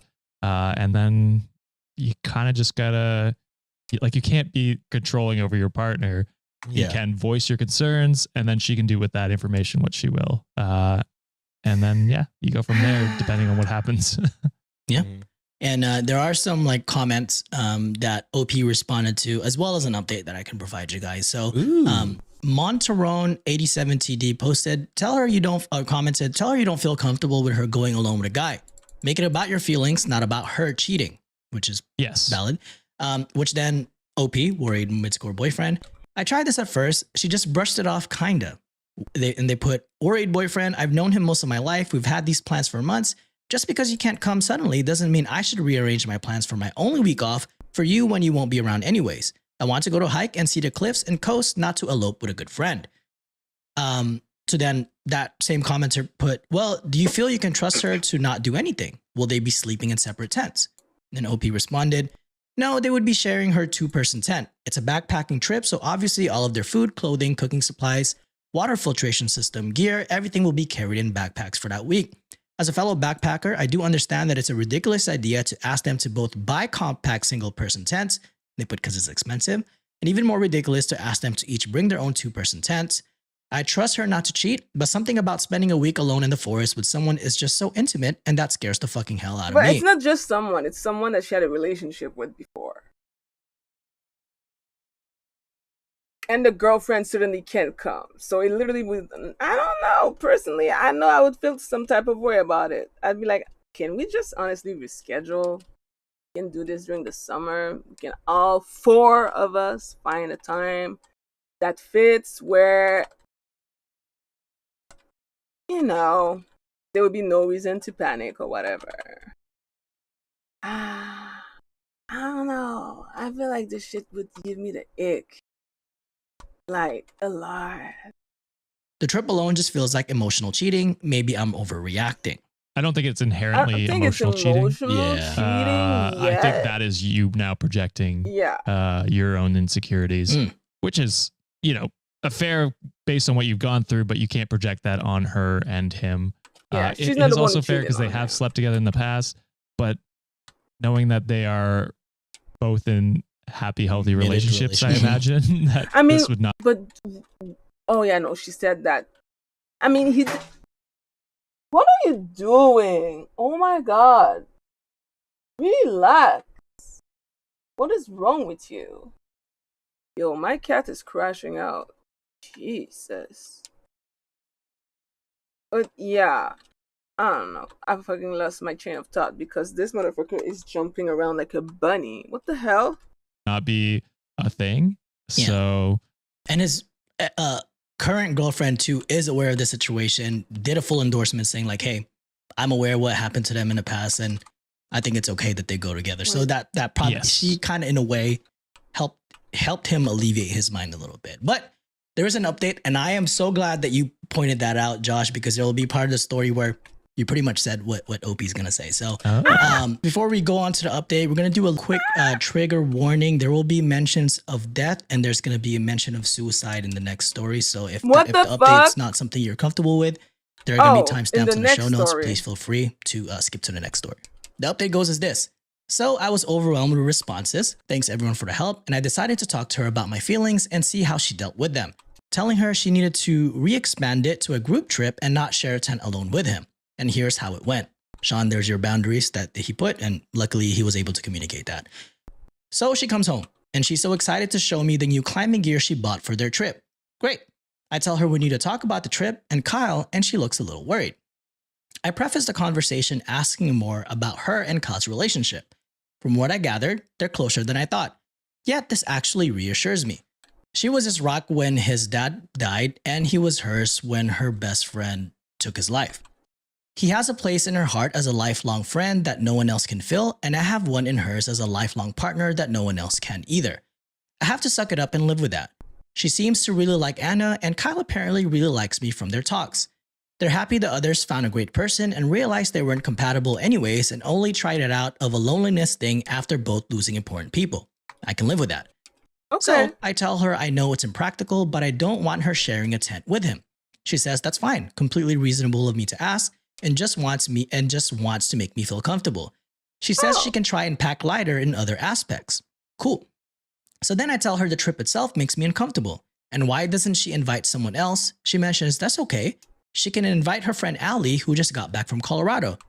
They can just bring the 4-person tent again for them 3 and the dog if Allie wants to go. Oh, but Allie's a very hot, very promiscuous lesbian and was my girlfriend's first sexual encounter. Nope. Anyone else? Oh, yeah, her friend Taylor maybe, but she'd be kind of a drag. Oh, that's okay. You used to hook up with Taylor too. Like, damn, everyone just do you involved in have this. friends that you haven't hooked up with? Okay, so she sleeps with all of her friends. And this is the point that you kind of mentioned earlier too, Josh. And OP wrote, at this point, I realize it boils down to the fact that I am jealous and I don't want my girlfriend alone with anyone who is attracted to her. Not because I don't trust her, but because I have this fucked up mentality that I have to prove myself and be there to claim her or something. If I want this relationship to work, I have to force myself to get over that. This trip will help. So I tell her that, and she insists she doesn't have to go if I'm really that insecure. We can take baby steps and work on it together. No, I say, I want you to go. Enjoy your only week off. You earned it. So we decided we are going to drive down there next weekend to Kyle's. We're going to all hang out and probably meet, eat some dinner, drink some beers, play Cards Against Humanity. Then Kyle and I will go out to the bars and get to know each other, and her and Anna will do whatever they want to do. Okay. If I don't like him, I tell her and we will call it off. I think this will really help and make me comfortable. In the end, my girlfriend's sexual past makes me uncomfortable, but I'm sure mine from my frat days scares the shit out of her too. But just like I only have eyes for her now, I know it's the same. She's still not going to sleep in the same tent as him and said she can probably rent some single tents from the university outdoor club. Way cool. You guys were all divided on whether to ask her to stay or let her go, but I think we found a good compromise to make us all feel better and still let her go. Hell yeah. There's the communication. That's what Compromise. we look Love it. for. I mean, Yeah, that's great. Yeah. I mean, I love that she was willing to work with you on it yeah. and invite someone else, or at least be open to staying in a different tent. Like those are like good compromises to make. And then, as well as meeting him before she goes on the trip alone with him. I think this couldn't have gone much better than it did. So, kudos for you. And I hope you begin to work on yourself and, get some therapy maybe to help you realize where your where are they? mistrust comes from. Pretty much everything Josh and I said, communication, setting boundaries, talking about it, seemed to really help. And it, I'm sure it eases your mind knowing that your partner was so willing to be like, yeah, of course, I want to make you feel comfortable. I came together with a plan. Through this talk, you realize, it is kind of a you thing, because she kept bringing up friends and you were like, well, maybe not that friend. And then you're like, actually, maybe it's just me because all of your friends seem like a no. So it's probably not, who goes or something like that. It's kind of just me. So it's good that you guys came to, some resolutions and some compromises together. And, for me, if I was OP, I'd feel really relieved to know that, she was so willing to, find a way to make, you feel comfortable. Even if it was to cancel the entire trip, you never brought that up. She brought that up as a thing. And then you came to the realization yourself that, you would hate if she had to cancel. So, it's all around good. Like Josh said, it really couldn't have gone any better than this. Yeah, completely agree with you boys. And it's always heartwarming to see partners actually become partners with each other, right? Like they're really taking the time to understand like, hey, I do have some insecurities. This is what I feel. Shit. And someone for actually to sit down, have an adult conversation and say, hey, I feel this type of way. And for the other partner to just be like, all right, I want to hear you out. Lay everything out to me. I want to hear what you're feeling, bad about. Let's find a compromise together and let's see where things go. I absolutely love that. The partner and the girlfriend, like having these ideas like, hey, what about this? What about that? And involving you in the process and only for you to come to like a self-realization. I feel like you took a long look in the mirror and you actually, the reflection of yourself is like, you know what? Maybe it's me. And the self-realization is a good thing because I feel now you matured as a person. I feel like your relationship with your girlfriend right now just became much better because I feel like that's like, like a weighted. They're building blocks for a good relationship. It's something that was weighing you down for a long time and those insecurities and perfectly valid. Like your experiences are perfectly valid. Majority of your partners has done something heinous to you, unfortunately. And you find yourself a good one. You find yourself a great partner, hold on to her and vice versa to the girlfriend too. Like, for a guy to be able to disclose how they feel and do it in a mature way instead of acting controlling and manipulative and all that. So all around good outcome. And hopefully it seemed like they had a good time in the trip. And I feel like their relationship's going to get better from here. I will also say this is like a pivotal moment in your like life, like your early mid 20s, like you're just coming out of the college scene. Like a lot of things are going to change. And this is like a good, start to opening communications that you're going to change a lot in the next 5 years. And being able to communicate and talk with your partner is always a good thing, especially through those times. Love it. Love it. All right, boys, ready to hop on to the third story. Let's do it. All right. Third story is from Normal Lower Score Emotion, lower score 5470. And this one's coming from Sean's favorite subreddit. Today I fucked up. Oh, yeah. All right. The title of this story is Today I Fucked Up by Drugging the Bartender and Ruining a Wedding. What the fuck? Wait, what? Yeah, how it sounds like a crime. All right. Well, I'm so not used story to goes this as this. frame. I should have. Yeah, so this fuck how up to happened the use it. summer before COVID, but I think the statute of limitations are up, so I can tell this story. My wife and I went to her colleague's wedding. I'm not a huge drinker and I didn't really know anyone. So my plan was to grab some sort of cold, refreshing beverage, find somewhere to post up, and nurse it while I really got stoned and did some people watching. Which leads me to my drugs. On the way to the wedding, I stopped at a dispensary and picked up a reusable vape pen thing. I'm a pretty traditional smoker. I go to a place and buy an eighth and smoke it in my ancient bowl over the course of the next month or two. I'd never had a pen before. And I was just like, I'm going to a wedding and want something that won't make me sleepy, and the young woman at the counter handed me the thing. As my wife was driving us over, I tried it out. I also don't smoke very much at any one time and have a hard time with anything like joints or bongs, etc. When I do smoke these things, they hit way too hard and I cough like crazy and hate myself. So All sounds like a terrible decision. To go to a gotta wedding, say. you don't know anyone to do I this. don't know anybody at this wedding. I'm going to get stoned. I do not react well to getting stoned. someone sits on your table, hi. Yes. So I took a very small hit, noticed it hit really hard, and thought, well, that's because you think everything hits too hard. Bada bing, bada boom. I'm at the reception, standing in line to grab some drinks from the bartender, and notice the tip jar. Realizing I don't have any cash, I'm like, Sean's gonna love this. Dude, do you have Venmo or something? Hell Didn't you yeah. do this at the wedding? Yeah. And they're like, Oh, no, you dumbass who just explained it. We're in Canada, you idiot. Right. And he's like, don't even worry about it, man. It's no big deal. But I'm a service industry vet, so I wanted to find a way to tip him because I know it's going to be a long night and a lot of people won't tip. So I'm like, all right, man. Well, if my wife has some cash, I'll double back over. But in the meantime, if you party, and I show him the pen, he's like, oh, for real? Hell yeah, dude. Then proceeds to take an enormous puff on this thing. Jesus. Within seconds, that's the wrong dab that he did. Within seconds, he was doubling over and coughing uncontrollably. It was incredibly loud, and in under a minute, he was down on his hands and knees behind the bar, puking in the grass. Oh, what the Still- fuck? God. Kind of no harm, no foul. No. Until- What do you mean? Definitely harm. I mean, definitely foul. on the bartender for taking it while he's on on the job. the job. But also dumb of you to offer. Until he gets up and puts all of his weight onto a tumbler glass that was sitting on the table he used to help himself up, cutting his hand open so badly. Jeez. And then something very interesting happened. Something that had never happened before. I started vomiting at the sight of the blood. Oh. Naturally, this is pretty disruptive, and the groom who just happened to be nearby comes over to see what's going on and fucking faints the second he sees this guy's hand. Brother, what the fuck is going on? Smashing his head on the bar table on the way down, his face taking a tablecloth and everything on the table down with him. Holy shit.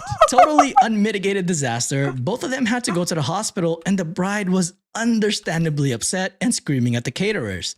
So I decided, well, it's been a good life, and began to march over to explain to her what happened when out of her mouth comes a series of very specific slurs directed at the owner of the catering company. Oh, I didn't get a single word out of my mouth before she said, fucking sue me. Turned on her heel and told her people to just round their shit up and go. Cue major shitstorm. Everyone is fighting with everyone, and almost all of the guests left. I told my wife what happened on the drive home, and she said I should call the catering company and apologize, which I did. And the owner laughed for about 30 seconds on the phone before saying, well, whatever, fuck that bitch. So yeah, too long didn't read, don't smoke a lot of weed, got the bartender way too high, causing a chain reaction of vomiting and fainting that led to a racist outburst, ending a wedding. This is one of the few stories what where I'm just the like, fuck? I hate everyone in the story. That's fucking crazy. Brother. I would be so mad if that was my wedding. Not racial slur mad. That's fucking insane. That's fucking insane. Bruh. Sean is like dumbfounded. This is an insane fucking story. I mean, just right off the bat, I don't drink. I barely smoke. And I don't react well to when I am high. Let me get incredibly high. Also, if you wanted to get high, you should have just got high the way you normally get high. You chose a new way to get high. Yeah. You chose a terrible place to experiment this, ruining the wedding. But then at the end of the day, I'm glad the wedding got ruined because the bride is a racist, apparently. Yeah. Like, I was so close to just being like, this guy is fucking terrible. He ruined their day. And then boom, she's racist. I guess that's fine then. I guess it's good she had a bad wedding because she's a bad person. That's a lot. Yeah. So, yeah, I mean, honestly, I wouldn't have called to confess to the caterers, but also maybe I would have if I saw them, take a hate crime essentially for my own actions. Yeah, actually, I take that back. I would apologize to them. But I'm glad that he got a laugh out of it. I guess. If I was the partner of this OP, I would quit working because it's a colleague's wedding. Yeah. Oh, true. Or I just would not be friends. Is her colleague the racist bride or the man marrying a racist? No, Which that's not probably in the means Bible. also racist. Yep. So yeah, I don't know. I maybe not quit, but also just don't be friends with them, I guess. Yeah. Don't be friends with Dude, a the feigning racist. and dragging everything Don't else marry is him. fucking comedy. Hilarious. Ah, shit. Like you can't write a better comedy scene, really. Yeah. It's just Oh a my God. chaotic event. Crazy. All right, moving on to the next story. This one is posted by Deleted, unfortunately. And this one is from r/relationship advice. The title of this story is My friend and I have a YouTube channel together. People think I'm the ugly one. Damn it. It's me. Nope, you're all Definitely not handsome. you. Hell Definitely no. not Are you. you kidding me? All What? you motherfuckers are handsome. I only see comments about I will John. say, if you look at the most recent comments on who people are objectifying, it's all John. Yeah. Hey, shut That's up. what I'm It's saying. all Don't. John. They're gonna die. Please don't stop Well, commenting. I'm that not going to shit. lie to the people. Yeah. It's Don't, the truth. please. All the objectifying comments as of the last Okay. couple of months have been I John. understand John Bring it back to Sean, please. the boxing is good. Oh. It's doing wonders for you. Unfortunately for the YouTube commenters, they will die. But It ain't gonna be it for must me. be said. My wife's It gonna must be find you. God. All right. Well, the story goes as this. We're both 18 plus. Our channel has just under 10,000 subs. I'm calling my friend Sarah, which is not her real name, and I'm being purposely vague. I always knew that I wasn't the pretty one. We've been friends since we were really young, and I've seen her go from awkward kid to really, really pretty. In school, people always ask her out and they do extra stuff for her that she never seemed to notice. I used to be jealous, but we've talked about how it felt back then, and I have a boyfriend who makes me feel beautiful now, etc., and I thought I was over it. Recently, since we gained more subscribers, people have been making comments about how sad it must be to be the ugly one. I hate that. That's terrible. Yeah. Some of them say my name, but most of them talk about my features that make it obvious that they're talking about me. I've even had people privately messaging me to suggest plastic surgery. That's fucking fuck? insane. Oh, What the my fuck? God. It's hurting my relationship with Sarah. And I know she's prettier than me, but until this, it wasn't really a problem anymore. Being compared to her constantly is hurtful. She suggested that we make both of our Instagrams private and make a joint public one so that we can better control the new hatred towards me.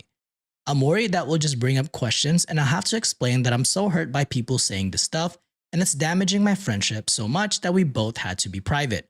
She even suggested that if it gets too bad, we should phase out the channel because it isn't worth becoming bitter towards each other because of YouTube. Good friend.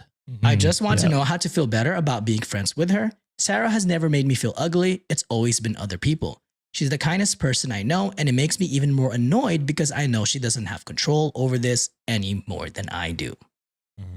Yeah. I mean, ultimately, Jesus. this is on r/relationship advice, was it? Mhm. I mean, the issue is not with your relationship with your friend. She sounds like a great supportive friend who people unfortunately just compare you to all the time. Yeah. Like just based on your looks, which I will say is crazy Yeah, how often you really. see that, especially like towards women.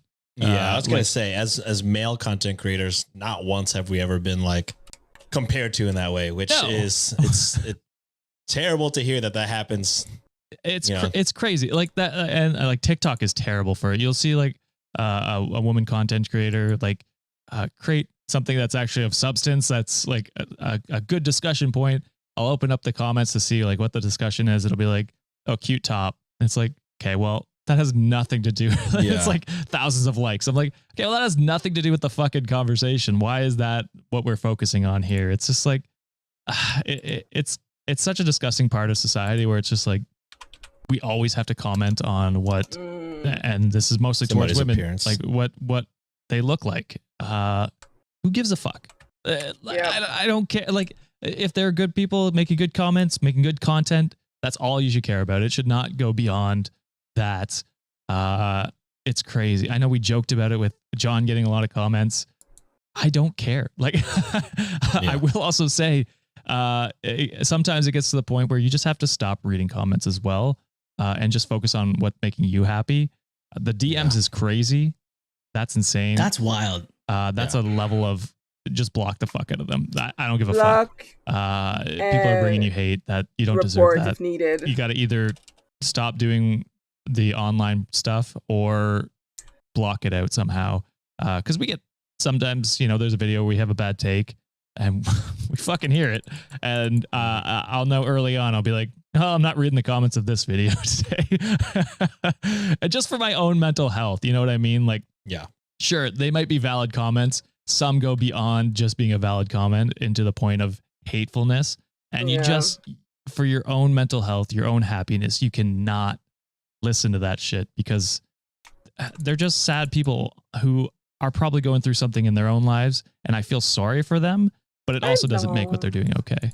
Yeah, it doesn't give them an excuse to fucking No. go ham and get personal. I will say there's nothing wrong with going private. I'm private on Instagram. I think on most social media. As soon as we start getting like a lot of like, comments or whatever, not necessarily that any of them are bad that made me go private, but I was like, am I comfortable with, this many people? Yeah. That's fair. So I just went private out of my own being. And then also because like Nate and I were talking about kids soon. And I'm like, all right, well, I should probably put a cap on this if and when, if we ever do have kids, I'm not going to want a bunch of strangers following me. So yeah, like I think going private is definitely fine. So that's a good thing that she suggested. It sounds like Sarah all around is a good friend. Yep. The fact that she's even being willing to be like, the YouTube thing is fun. Like, and if it's not fun, we could just end it. Cause I don't want you to be, upset Jeopardize or her getting friendship, hate. Yeah. basically. I'd She's rather like- just be friends without the YouTube than have the YouTube. So Exactly. like Sarah's a really good friend. It does seem like what Josh said, it's sometimes you just got to realize, okay, I don't need to read every comment. I don't. Yeah. And especially if the DMs wild. I don't even have to read all the DMs, especially once you become private. If they're not following you already, you're not really going to see it unless you go to like the requests. But you could just choose not to do that. And yeah, you gotta, just because you are making content doesn't mean that you owe people need access to you life, 24/7. followers every personal detail. You know what I mean? So I think it's definitely fine to go private. I think it's definitely fine to stop reading comments, and definitely fine to just stop in general if it's And also take a affecting the break if friendship. needed. So yeah, this sucks that that's happening. Again, just another notch in why it's so much harder to be a woman than a male, and it sucks, and it's not equal. And yeah, it's terrible. But I remember there was I a completely reason for this agree. shit And I for remember happening. being on vacation and seeing the comments and bringing this back to, and y'all lucky I wasn't there. I was gonna blow a gasket in that episode about like the Judges episode, Oh. and that shit pissed me off Yeah. so fucking much. And the fact that people, and again going back to like it's harder for women when people don't even address her by her name when it's been all over like the stories.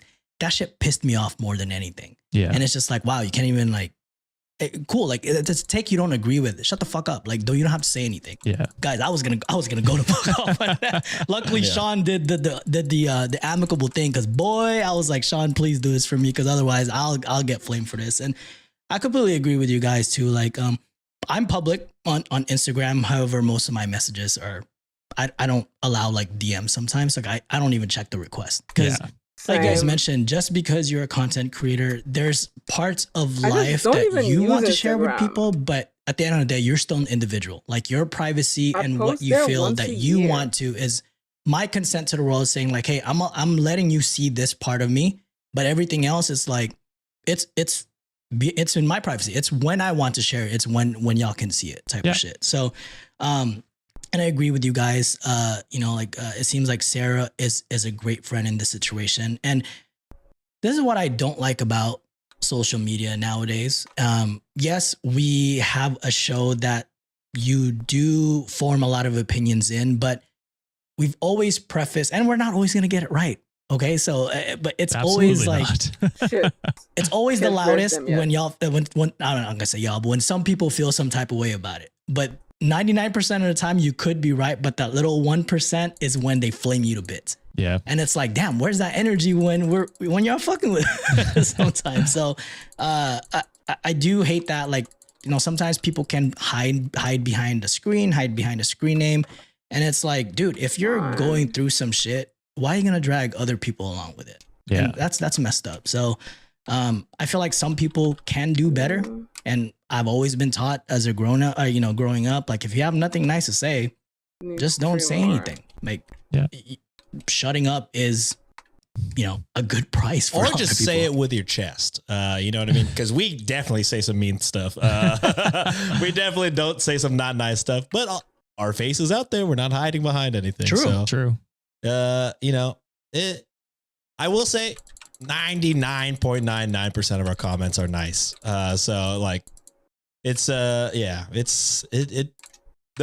we do notice the 1% because it sucks and it hurts. They're usually the most unhinged comment. And you're just like, wow, that's gonna stick in my mind for a while. And then you're just like, so yeah, you just got to know when to shut it off. yeah, exactly. go. So yeah, I mean, the internet's a horrible place, can be a great place. Mhm. Yeah, That's how we found each other, guys. how we found each other. Exactly. Yeah. And like Sean said, 99.99% of the time, our community is fucking goated as shit. Yes. Yeah. Yeah. 100%. Some of you fucking outliers there, though. Sometimes it does. I love when baffle we get me. an outlier and then the God rest of the damn. community fucking is like, I think you're in the wrong place, Yeah. actually. Like, we're pretty positive over here. Don't love that. Yeah. So, It does baffle me sometimes what people get upset about. Sean, peanut allergies. no, not that one. No? That was correct, actually. That was correct. They were right on that one. No, if we did the milkshake story where the guy spilled his milkshake, and then Sean offhandedly mentioned the McDonald's girl getting burned and suing McDonald's for the millions of dollars or whatever. Anyway, this is something we talked People about. got mad at me about that? They thought we were dissing her. No, I was We in were the dissing the guy. It was very the clear. guy. Yeah, people were very upset about that. Well, some people were very upset. But we talked I about it thought on that the was show. pretty clear. Whatever. And we realized that she actually did get burned very, very badly and deserved the money. Like, Yeah. I don't know why you thought we'd side with McDonald's ever. It's crazy. Totally imagine. I feel like I've been pretty on brand not Yeah. liking Starbucks and McDonald's. Yeah, so it's like stuff like that where I'm like, did that really need to get you that upset? I don't like. I didn't understand that one. That was just a recent one that's in my mind because I saw someone. I was just like, that's wild. But Yeah. okay. And then the peanut out. Some of y'all need to fucking chill, baby. Like, it's not that serious. All right. All right. Oh. All right. Before we go on another rant, last story of the day before we head on over to the amazing Underbaki story. This one is from True Off My Chest. Unfortunately, the user deleted their username, but Hello, the do you know title me? I is used to come to your bitch. stream before. I think my husband. I know. I was not ignoring you. I was trying to skip the part where there was no story. Oi, Teiko Piche Si Hat. I mean, if you used to come here, welcome back. Clearly, long time no see. That's a very long name. I'm not 100% sure I remember it. Maybe I used to call you Piche because that name is long as fuck. But hi. I hope you're doing great and welcome back. Ben's mistress thinks he is richer than he actually is. My best friend thinks I am a douche because I am keeping silent. Well, you don't know the mistress anything, right? Yeah. I mean, yeah. What the feel fuck? This is fine. Yeah. All right. Before we get into the story, I'm gonna put the ages now because otherwise it can get confusing. So, the husband is 39, male. Me, 39, female. The OP mistress is 29, and best friend is also 39 years old. So those are the ages. Take it as you see it. We have been together for 14 years, living together for 11. He came and told me that he was in love about 3 weeks ago, and I was surprised at the lack of fucks I had to give at receiving such information. I did love him, but maybe my love has always been conditional and its survival depends on its being reciprocated because it literally vanished the second he confessed to me that he was in love with another woman. Sorry, that was all one sentence. Yeah, That is I was going to great. say, I got kind of confused. Good for her. But yeah, I think I'm with you. Yeah, she's back basically on saying track. like, as soon as he told me, I was like, cool, see ya. I don't care anymore. I've never cared about Which it. I would say is wild after 14 years, but it sounds Yeah. like maybe not the greatest relationship potentially. So Mm. No, this is yeah. probably a good thing for you. How do you move on this He didn't want a fast? separation, but to maybe open the relationship or let his feelings for her subside. I said, it was over. Open the the fuck? relationship? Yeah. It was like I never had feelings for him Wait. ever. Open the relationship with his 29 years old miss after 14 years of marriage? What? Ew. That's too much audacity for me to take in this today. He was taken aback That's by my crazy. indifference, which I thought, the audacity. Right? Did he want me to be hurt and suffer? And I told him that he should be relieved that he didn't cause pain. Instead, he has been sulking since. Last Friday, I got home and Mistress was there, sitting in my kitchen, sipping my tea. What the fuck? I felt nauseous because, seriously? I told him that this wasn't civil at all and to never be in my home again or I would call the cops. What the I went to fuck? my room and I heard her yelling at him for not standing up for her. Then I heard her saying something very curious. Why haven't you kicked her out yet? He was trying to tell her to lower her voice, whispering, later. We can discuss That this is later. crazy. She left and came to me apologizing. He said, we didn't have sex here if this is what you were scared of. She just dropped by because I was working from home today. And I told him that he had until the end of March to move out and to find somewhere to be during the weekends. This morning, I changed all the locks. From now Good. on, he isn't allowed in my place during my working hours, so if he starts later or finishes earlier, he needs to wait for me to come home and let him in. Wait, no, I don't think that's even technically legal because if his name is on the house and they're married, yeah, I don't think you can change the lock. The police can will ask you to give him a key because it's also his house per the marriage. I don't know. I don't know what kind of marriage y'all have. I don't know what kind of prenup y'all sign, but technically speaking, that's also his house. So I don't think you can do that. Although I do understand. I'm a petty bitch. I get it. But it might not be good. My name is a little short, but what you're taking is very big. What are you talking about? I don't know what you're talking about, but I hope it's not a weird innuendo. But his mistress' words stuck with me, so during the weekend, I have been stalking her social media. I think she thinks that he is rich, or at least that he owns my apartment.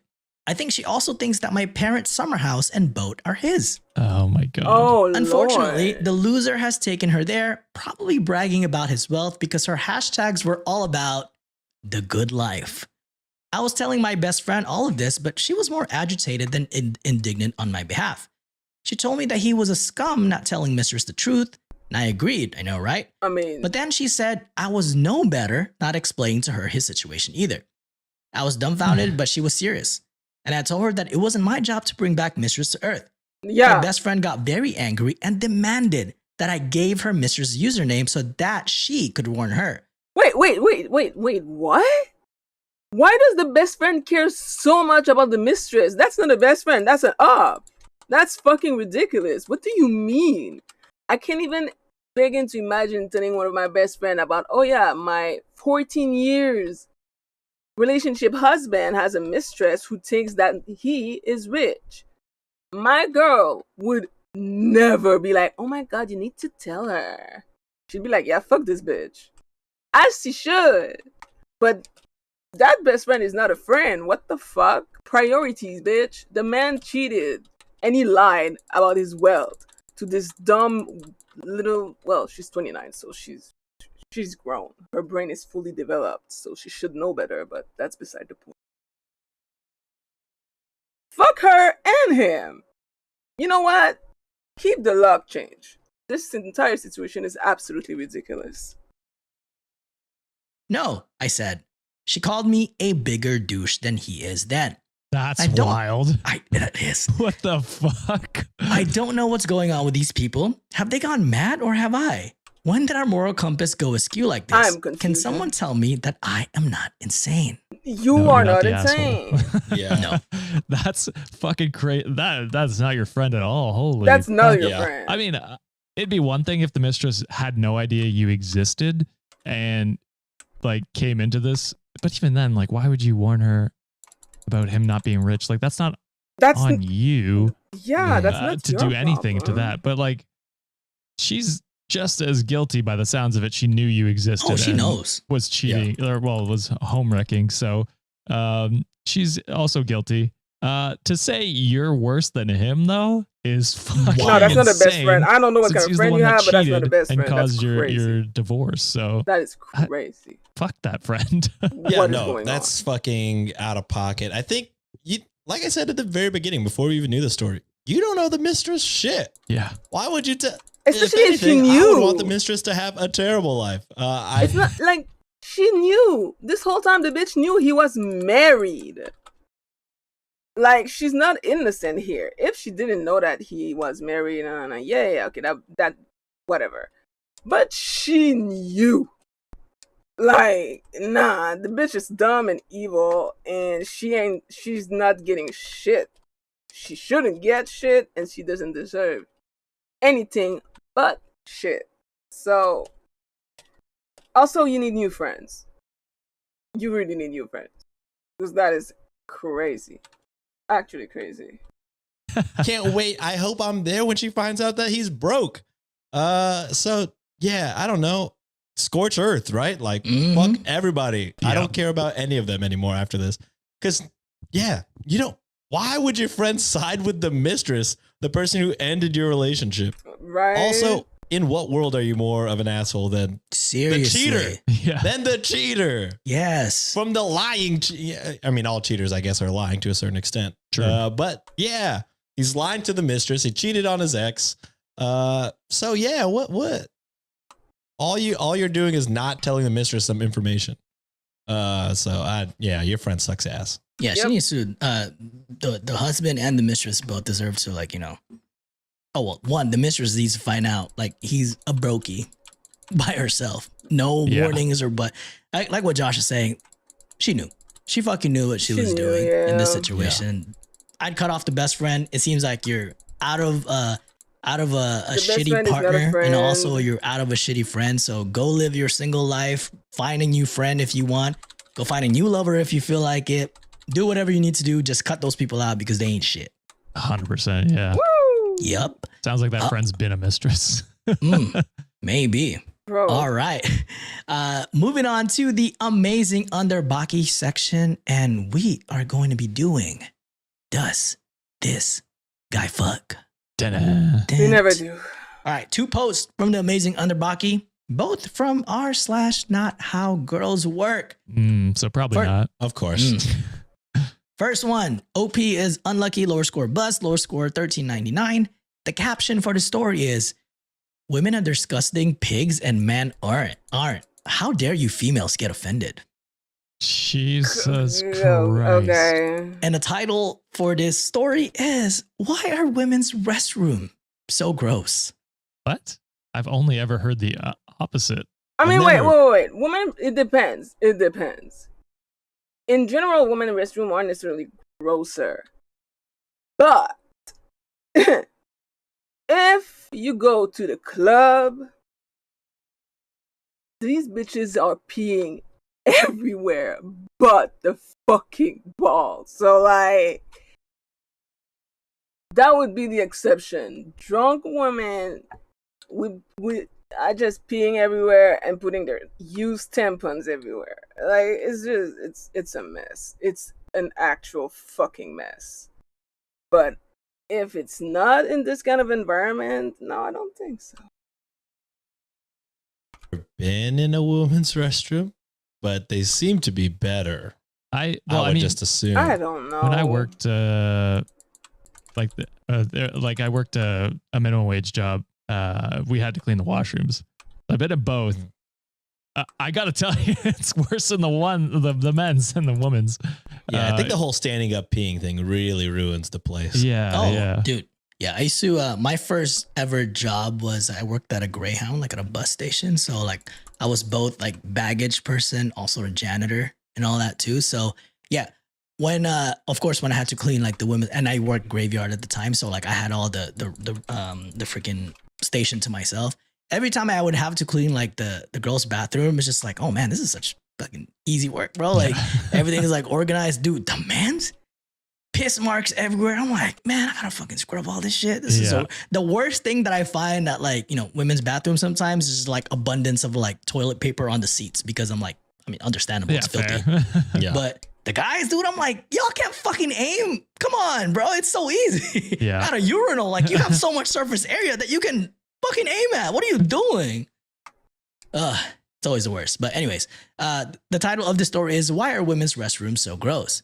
One of my first jobs ever 12 years ago was at Target as a janitor, worked multiple different locations. I've also worked at multiple Ralph's, Albertsons, and other less known food stores. One thing I've noticed over and over again, no matter the location, was just how gross women's restrooms compared to the men's. Except when it comes to the employees' restrooms, in which case the women's is slightly cleaner. This has not only been my experience, but I also remember a female coworker at Target complaining about how gross their restrooms are. Edit, this post is not meant to vilify women, just wanted to see if others share the same experience. Seems like some women have gotten really offended.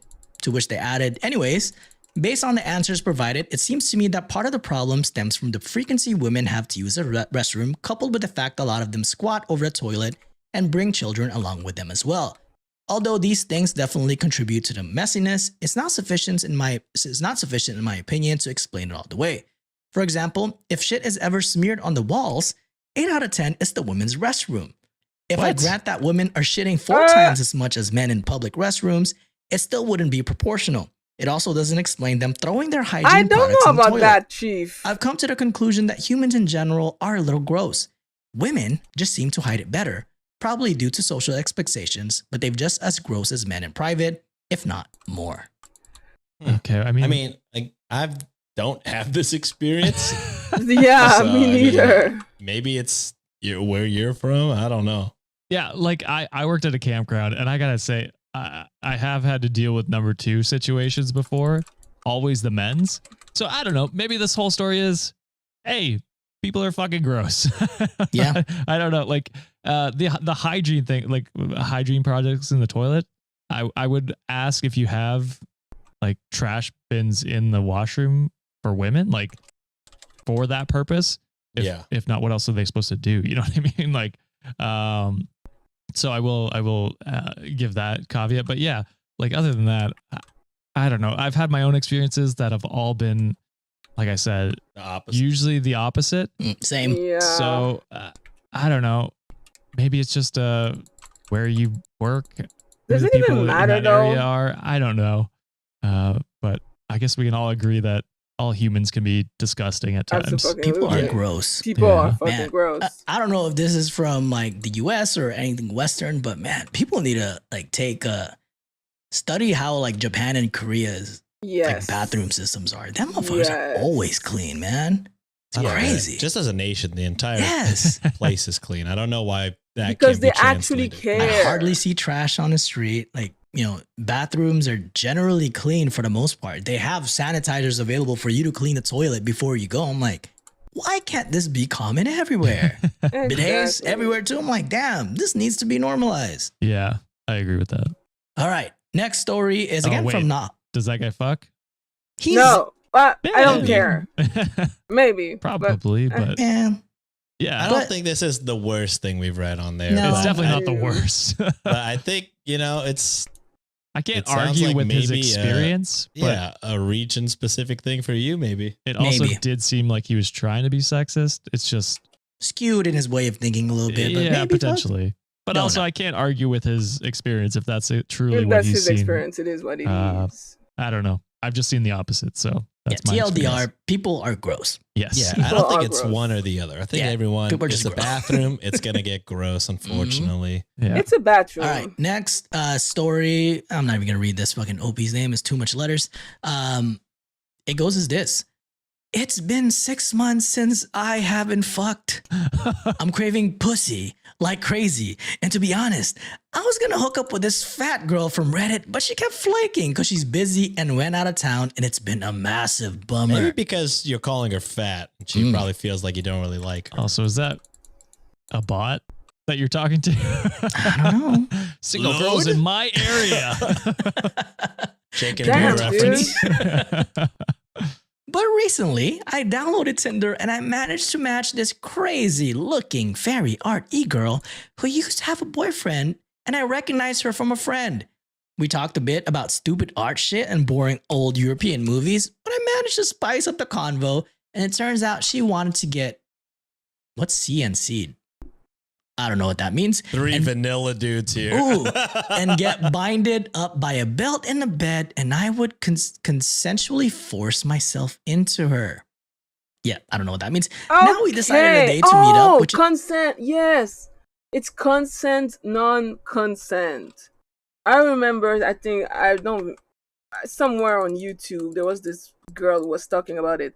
Consent, non-consent is basically people who kind of get turned on by the idea of sexual assault, but in a consensual manner. It's role play. It's a role play thing where like the partner will pretend that they don't want to, but it's not. I think it's part of like a little bit of like the BDSM community, and it's very delicate. Because you can't do that with anybody, obviously. You need to do that with someone that you trust, and clear boundaries have to be given, because otherwise it can kind of go south. So for a girl on Tinder to be like, yeah, perfect stranger, let's do this extremely risky thing that could potentially end very badly is crazy. And also, it's not my cup of tea. I don't understand why anybody would want that, but I'm trying not to kink shame, so. People be peopling. just tomorrow. But the catch is we're gonna do it in her apartment. I'm just a bit worried what this bitch can do to me. Like, I don't know. It's my first time going to fuck a visually, mentally deranged woman, and I'm afraid if she's gonna put a hex on me, or some crazy demonic sex, demon magic, roofie me, or do any sketchy out of pocket shit in the long run. So boys, does this guy fuck? I mean, the he's clearly proof's in the about pudding. to. It's been 6 months, so no. Also, CNC is consensual non-consent.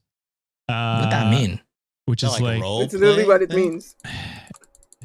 not to kink shame, but it's not something that I think would personally It's just not for us. is appropriate. Yeah. Okay. I don't want to talk about it. I like Skip how that, we're yeah. both like, let's not So yeah, kink I don't know. This guy shame. sucks the way he talks about women in Mm. general, Sure, which don't love explains why he hasn't slept with anyone in months.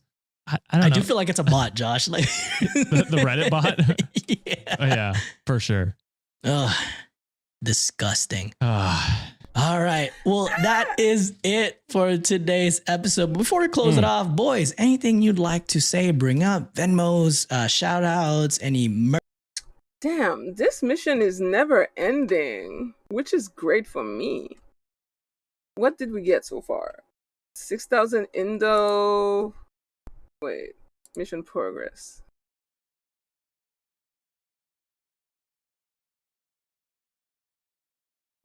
I mean, no new mods, but I'll take this. This is good. This is good. This is good. Those are all pretty decent. But I wonder how long we're gonna be here. Also, I wish I had a fucking like drop booster because I'm pretty sure it works in this place. And I could have even more Vitus essence. What a shame. It's so rare to find a group of people that wants to actually farm something like that. And this mission is extremely easy because I'm pretty sure one of us, yeah, Me and Pensive are doing 2% damage. Dragon is doing 768 and Spin Reaper is 27. I am getting carried. Fuck, I'll take it.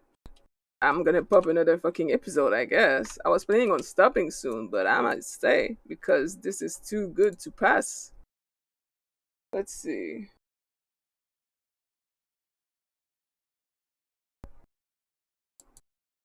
In the chaotic world of internet drama, stories are brought forth by two distinct but equally relentless voices: the defense, who fights to redeem, and the prosecution, who demands justice. Right. On today's episode of Reddit on Wiki, John and Sean step into the courtroom to battle my daughter the importance of sleep. Fuck. All right. So, just like any other kid, my 7-year-old daughter hates bedtime. If it's ever 9:59 and we tell her it's bedtime, then she will make a huge court case about how we are depriving her of 1 minute of her life. I always let it go, but this week when I told her it's bedtime at 10:05, she protested. Essentially, she didn't understand why she had to go to bed while the rest of us adults stayed up later. It's unfair that we get to enjoy the rest of our night while she has to go to bed early. You're a child. Damn, we should get her on a I know. She would be whooping John and I's ass. I mean, she's not wrong. It definitely makes more sense for me to go to bed early as well, since all of us wake up roughly around the same time. But I needed her to understand the consequences of the trade-off between sleep and early mornings. So I told her, okay, she can stay up as long as she wants. Hell, if we go to bed, she can keep watching TV all night until the next morning. Her eyes glimmered and she did a little victory dance before sitting on the sofa and enjoying her little win. My wife protested, saying that she'll be too tired for school tomorrow. Yeah, and that's I a said, problem, basically, That's right? the point. I went to bed and woke up at 7 a.m. Sure enough, my daughter slept on the sofa probably about 2 hours before I woke up. Understandably, getting her awake and ready for school was a battle that neither of us enjoyed. I dropped her off at school and picked her up again after work. She was done with the day and slept in the car on the way home. Once we got home, she tried to go to bed, and I told her she can't because she has swimming lessons in an hour, and so she needs to be ready for that. She cried, but I still forced her to go with her mom. She came back just barely able to make it through the day and tried making her way up the stairs again. I told her she forgot about her homework, and she started crying again. My wife said we should let her sleep, but I was firm on my stance that we let her off the hook right now, then she will never understand the consequences of her decisions. Delaying responsibility due to factors within your control isn't okay, and I don't want her learning that it is. I helped her with her homework, and by the time it was 8, she was already in bed. The next night when it was 10, she didn't even protest. Just started walking up to her bedroom and declined when I asked her if she wanted to stay up with us. I thought the mission was a success, but my wife questioned my parenting techniques and said it was borderline neglectful and manipulative. Manipulative, yes. But after Neglectful, a few conversations no. with friends and family, I'm starting to doubt myself. So, Reddit and the courtroom. Am I the asshole? We'll start with the prosecution. First of all, yes. No. I do think you're an asshole parent. Okay? I'm all about, actually, I'm not all about teaching lessons. Right? You really hate teaching lessons. You really I hate that. hate teaching lessons. Especially when there's a lot of things on the line. Granted, you know, we're in this earth to have a good time, not a long time. So fuck sleep, right? Sleep when you're dead, kid. Say Right. that. All right? And what'd you do? You watch TV, you watch some shows, probably some good things to do to gossip with your homeboys and homegirls at school. What new show you watching? Because I want to know, because I haven't watched a new show in a while. All right? Relevance. Shut up, bailiff. Thank you, bailiff. What I will do is, what I find disturbing is you want to let your kid go in harm's way. You know they're going to have swimming practice later on. And with the sleep deprivation, you going to let them swim? What if they drown? You She dumb was bitch? with her mom. That's going to be on your hands because you want to teach a damn lesson. All right? So I'll say this. You should have done a better job of explaining why sleep is important. No, here's the thing. Not every kids like to listen to adult making sense. Some kids needs to learn the hard way. So I get it, and I think that OP did the right thing. And now, see, she finally understands the importance of sleep because she experienced why it's important to sleep. So that's a W for me. Because that's your job as a parent, to educate. And you shouldn't educate by borderline torture, just like how your partner said. There's better ways of doing about it. I feel like your communication's lacking. You don't know how to explain shit well. And that makes you an asshole parent. Did your experiment work? It Yes. sure did. But Interesting. might At what have cost? done She's it too fine. far, buddy. Did she In that die? case, I'll leave it to defense because I think you're an asshole. So if you're against lessons, are you also against swimming lessons? Yes. All right, that was my final follow-up. Tread lightly, bailiff. There we go. Defense. How would you like to defend? Ladies and gentlemen of the jury, my client is not the asshole. Wow. Simply for the reason, one, it fucking worked. Duh. Easy dub. Two, yes, is what he did kind of messed up. Yeah, but it's not like he stayed up with her and forced her to stay awake. He said, it'll be up to you. You go to bed when you want. You make that decision for yourself. And the kid did. And guess what? When the kid woke, it's not even like the wife had to do all the work. OP woke the kid up, got the kid dressed up, Yep. dropped the kid off from to school, picked the And kid help up the kid after do her school. homework. The only thing the wife really had to do, was take her to swim class. Also, is she going to drown in swim class? That might be the best place to fucking drown. You know how many instructors are there? You know how many other Facts. parents are there ready to fucking jump in the pool? So you know what? Facts. If she's going to drown, that might be the best place to drown. Not saying Objection, Your not Honor. saying kids should drown. I'm just Objection, saying, Your Honor. If, This is pure if speculation. If a kid is going to drown, Speculation. if a kid is going to drown, might as well be with 1,000 adults. Also, the kid the next day was like, "Fuck it, I now know what sleeping late does," and that wasn't that great. Now they will know, consequences are a thing. And they could, for their better judgment, decide, is this show really worth? Maybe it's a fucking banging episode and it is worth the pain.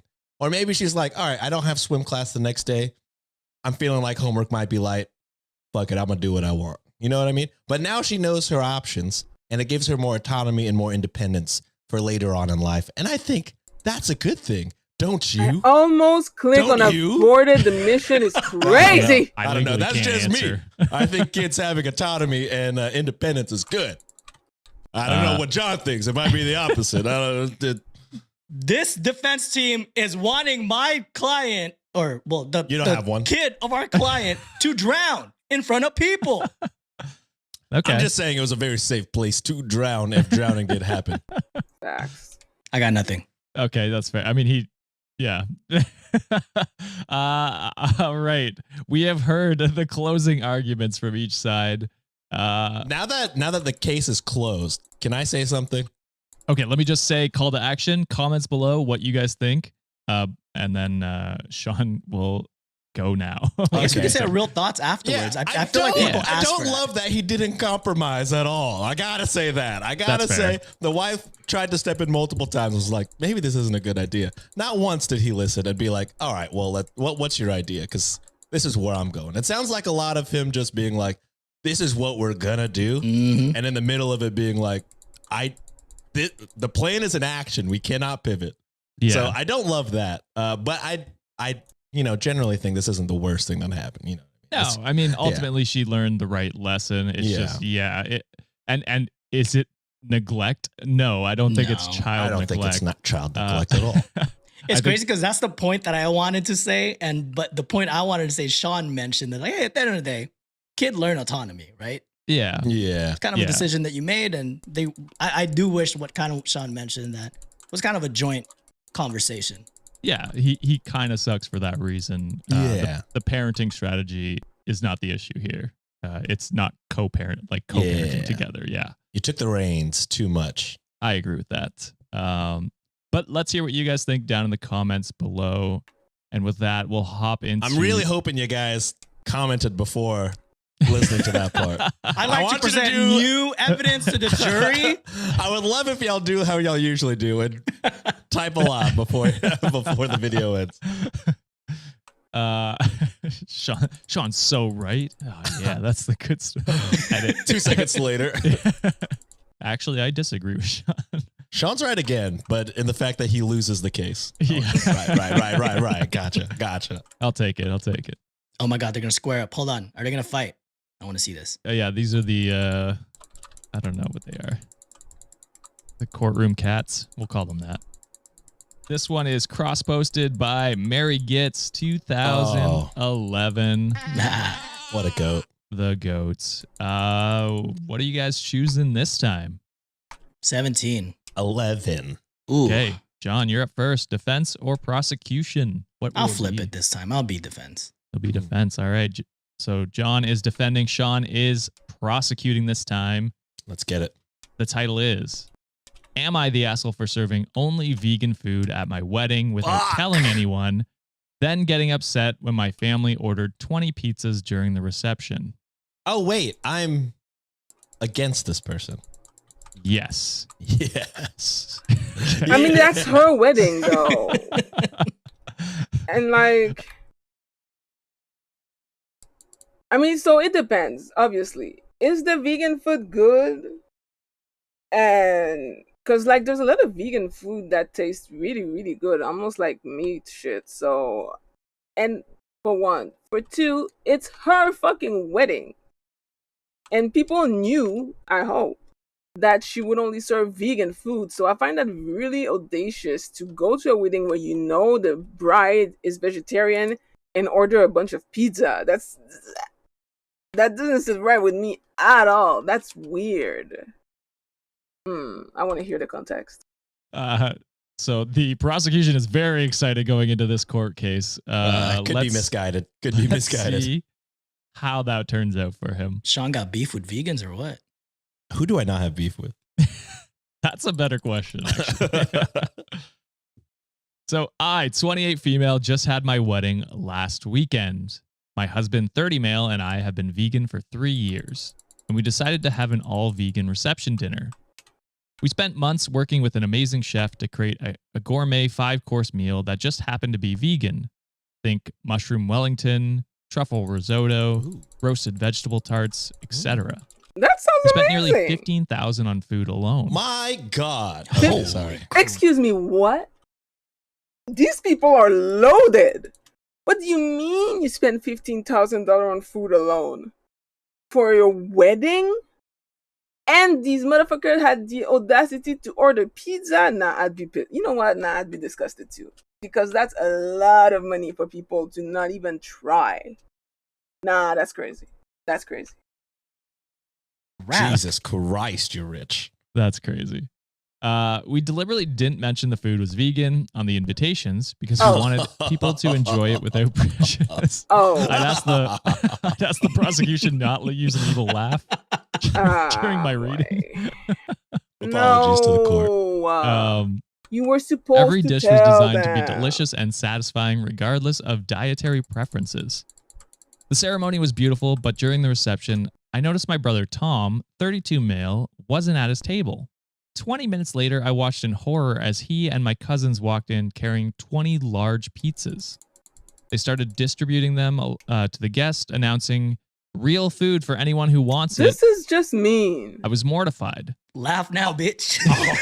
Laugh now, bitch. Go on. No, that's actually not prosecution. okay. Talk your shit. I would also like the defense to not goad the prosecution. I do whatever the fuck I want, bailiff. Bailiff, get this court in order.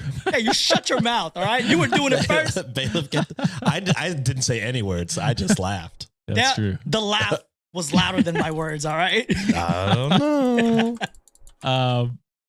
I was mortified. The caterers looked so embarrassed, and several guests hadn't even tried our carefully planned menu yet. That's crazy. When I confronted Tom, he said my aunt texted him that, quote, all the food is just vegetables, and they couldn't let people go hungry at a wedding.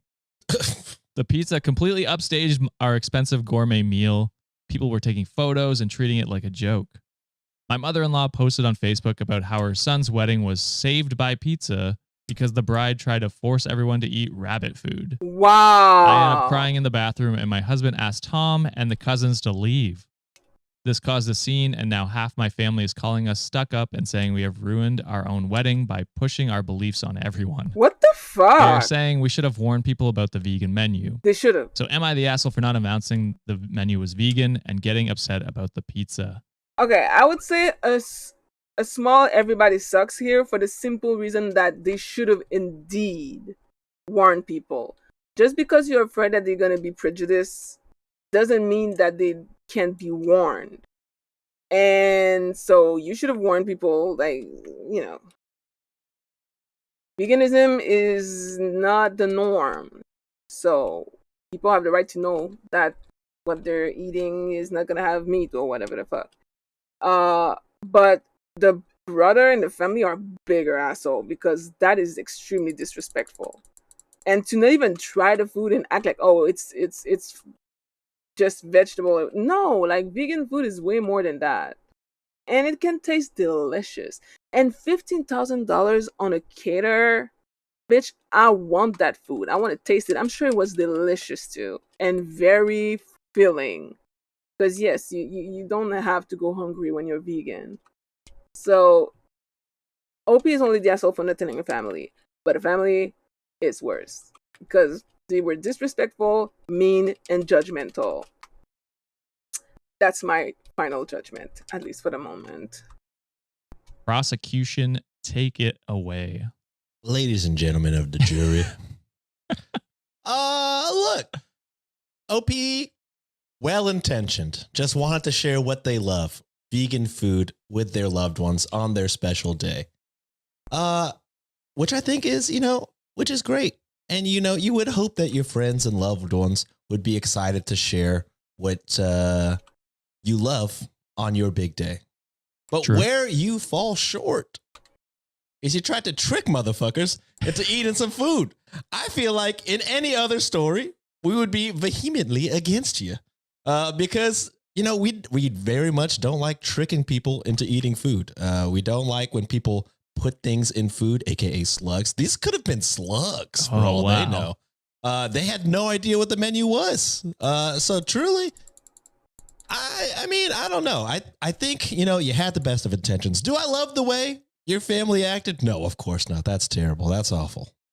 I'm not defending them. I'm just going against you. What they did is fucked up. First off, they should have reached out to you and been like, wait, so everything is vegan? And then you could be like, yeah. And then they could be like, all right, well, would you mind if we forego your $15,000? Also, crazy gamble to spend $15,000 on a trick dinner. It's just such of course, it's probably delicious. All of that sounded very good to me. Yeah. A mushroom Wellington, whatever risotto. I'm into it. I'll eat it. But, you're taking a huge risk. You got to know your demographic. Like Josh. Josh does not drink alcohol. At his wedding, open bar because he understands the demographic. I fought so hard against it. Wow, really, Bailiff? I think you should shut the fuck up. Go on, Bailiff. Keep going. But truly, as much as I want to be on your side, OP, the fatal flaw in this design is that you gave no notification of the all vegan menu. Yes, you want people to enjoy it, but they have to enjoy it on their terms. They're not going to enjoy it if they feel like they've been duped. And I feel like that was your intention to dupe. In fact, read it back, Bailiff. I think they said, I don't want to give notice because I want everybody to enjoy without knowing, AKA trickery, AKA deceit, AKA that's what you want to defend, defendant. I don't know. That's just me. I mean, he legally has to, so. Yeah. I mean, of course, I'm just trying to, paint a picture for the jury. You know what I mean? Am I up? I just wanted to clarify the prosecution's. Oh, yeah. The evidence. Oh, yeah. Here we go. We wanted people to enjoy it without prejudice, so we left it off the menu. Okay. So there you are. There's your piece of evidence. Defense, you have the floor. I do have the floor, ladies and gentlemen, people of the court. I want to use one of the prosecution's case here. Trickery. Are you trying to say, prosecution, that being a vegan is eating trick food? Because Ooh. that is Prejudice. very questionable at best. All right? And you said it yourself, prosecution, that this day is a celebration of love. It's a celebration of the two couple sharing a very special day with the people they love. But the question is, do those people love them back? The answer to that is negative. They could have gone 2-3 hours without having to eat pizza or any meat product.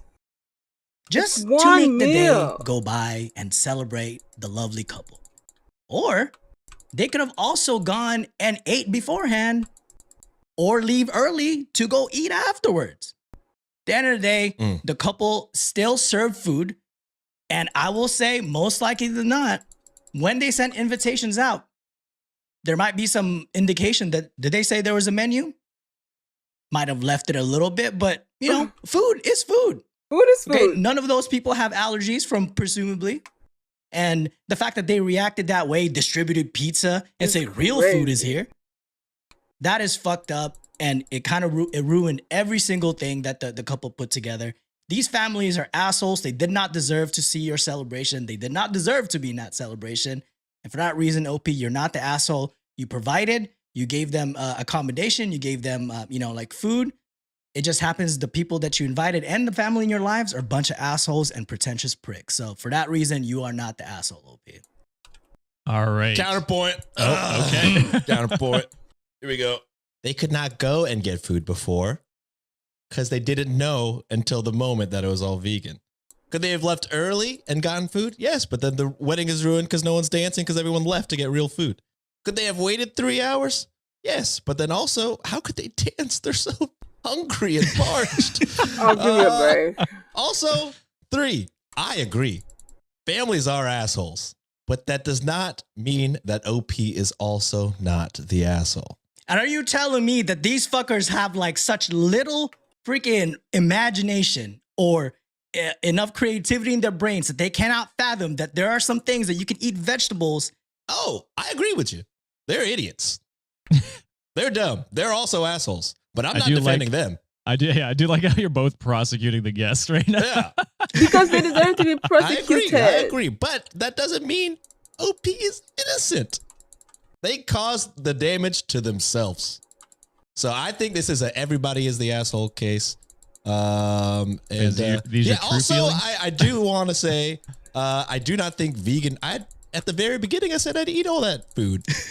So I don't think it's trick food, vegans. I don't have beef with you. I would love to have beef with you, maybe impossible beef. But yeah, I don't think it's trick food. What I think is the trick is not giving the menu. You're trying to, have this beef Wellington. Ha! It's mushroom. John, I think you'd be very upset if you cut it to what you thought was beef Wellington, and then out came a mushroom with pastry. I do love on top. vegan food though. You don't love mushrooms. I know that about you, Joe. Except in Kasama, all right? I ate the fuck out of that adobo mushroom. Yes, but you're not going to eat a mushroom Wellington at a wedding. Hey, if it's free, I might do it. This is lies, deceit. All right, so I think we've kind of leaked into our real thoughts. That was Sean pretty much did my a little real bit thoughts. there. I think everyone's the asshole here. But let us know down in the comments, jury/commenters, what you guys think. I personally, I'm on the mind of everyone sucks. Wild of what the guests did for Insanity. a few hours. You couldn't just like eat what you wanted, like what tasted good, like try it at all at least. But yeah, it is wild not to be like, hey, this is what we're having at our wedding. They have no idea if anybody does or doesn't have dietary issues because they didn't ask. It sounds like they just put together a menu. I would imagine they'd asked beforehand to create that menu, but I don't. They don't add that in, so I can't say for certain.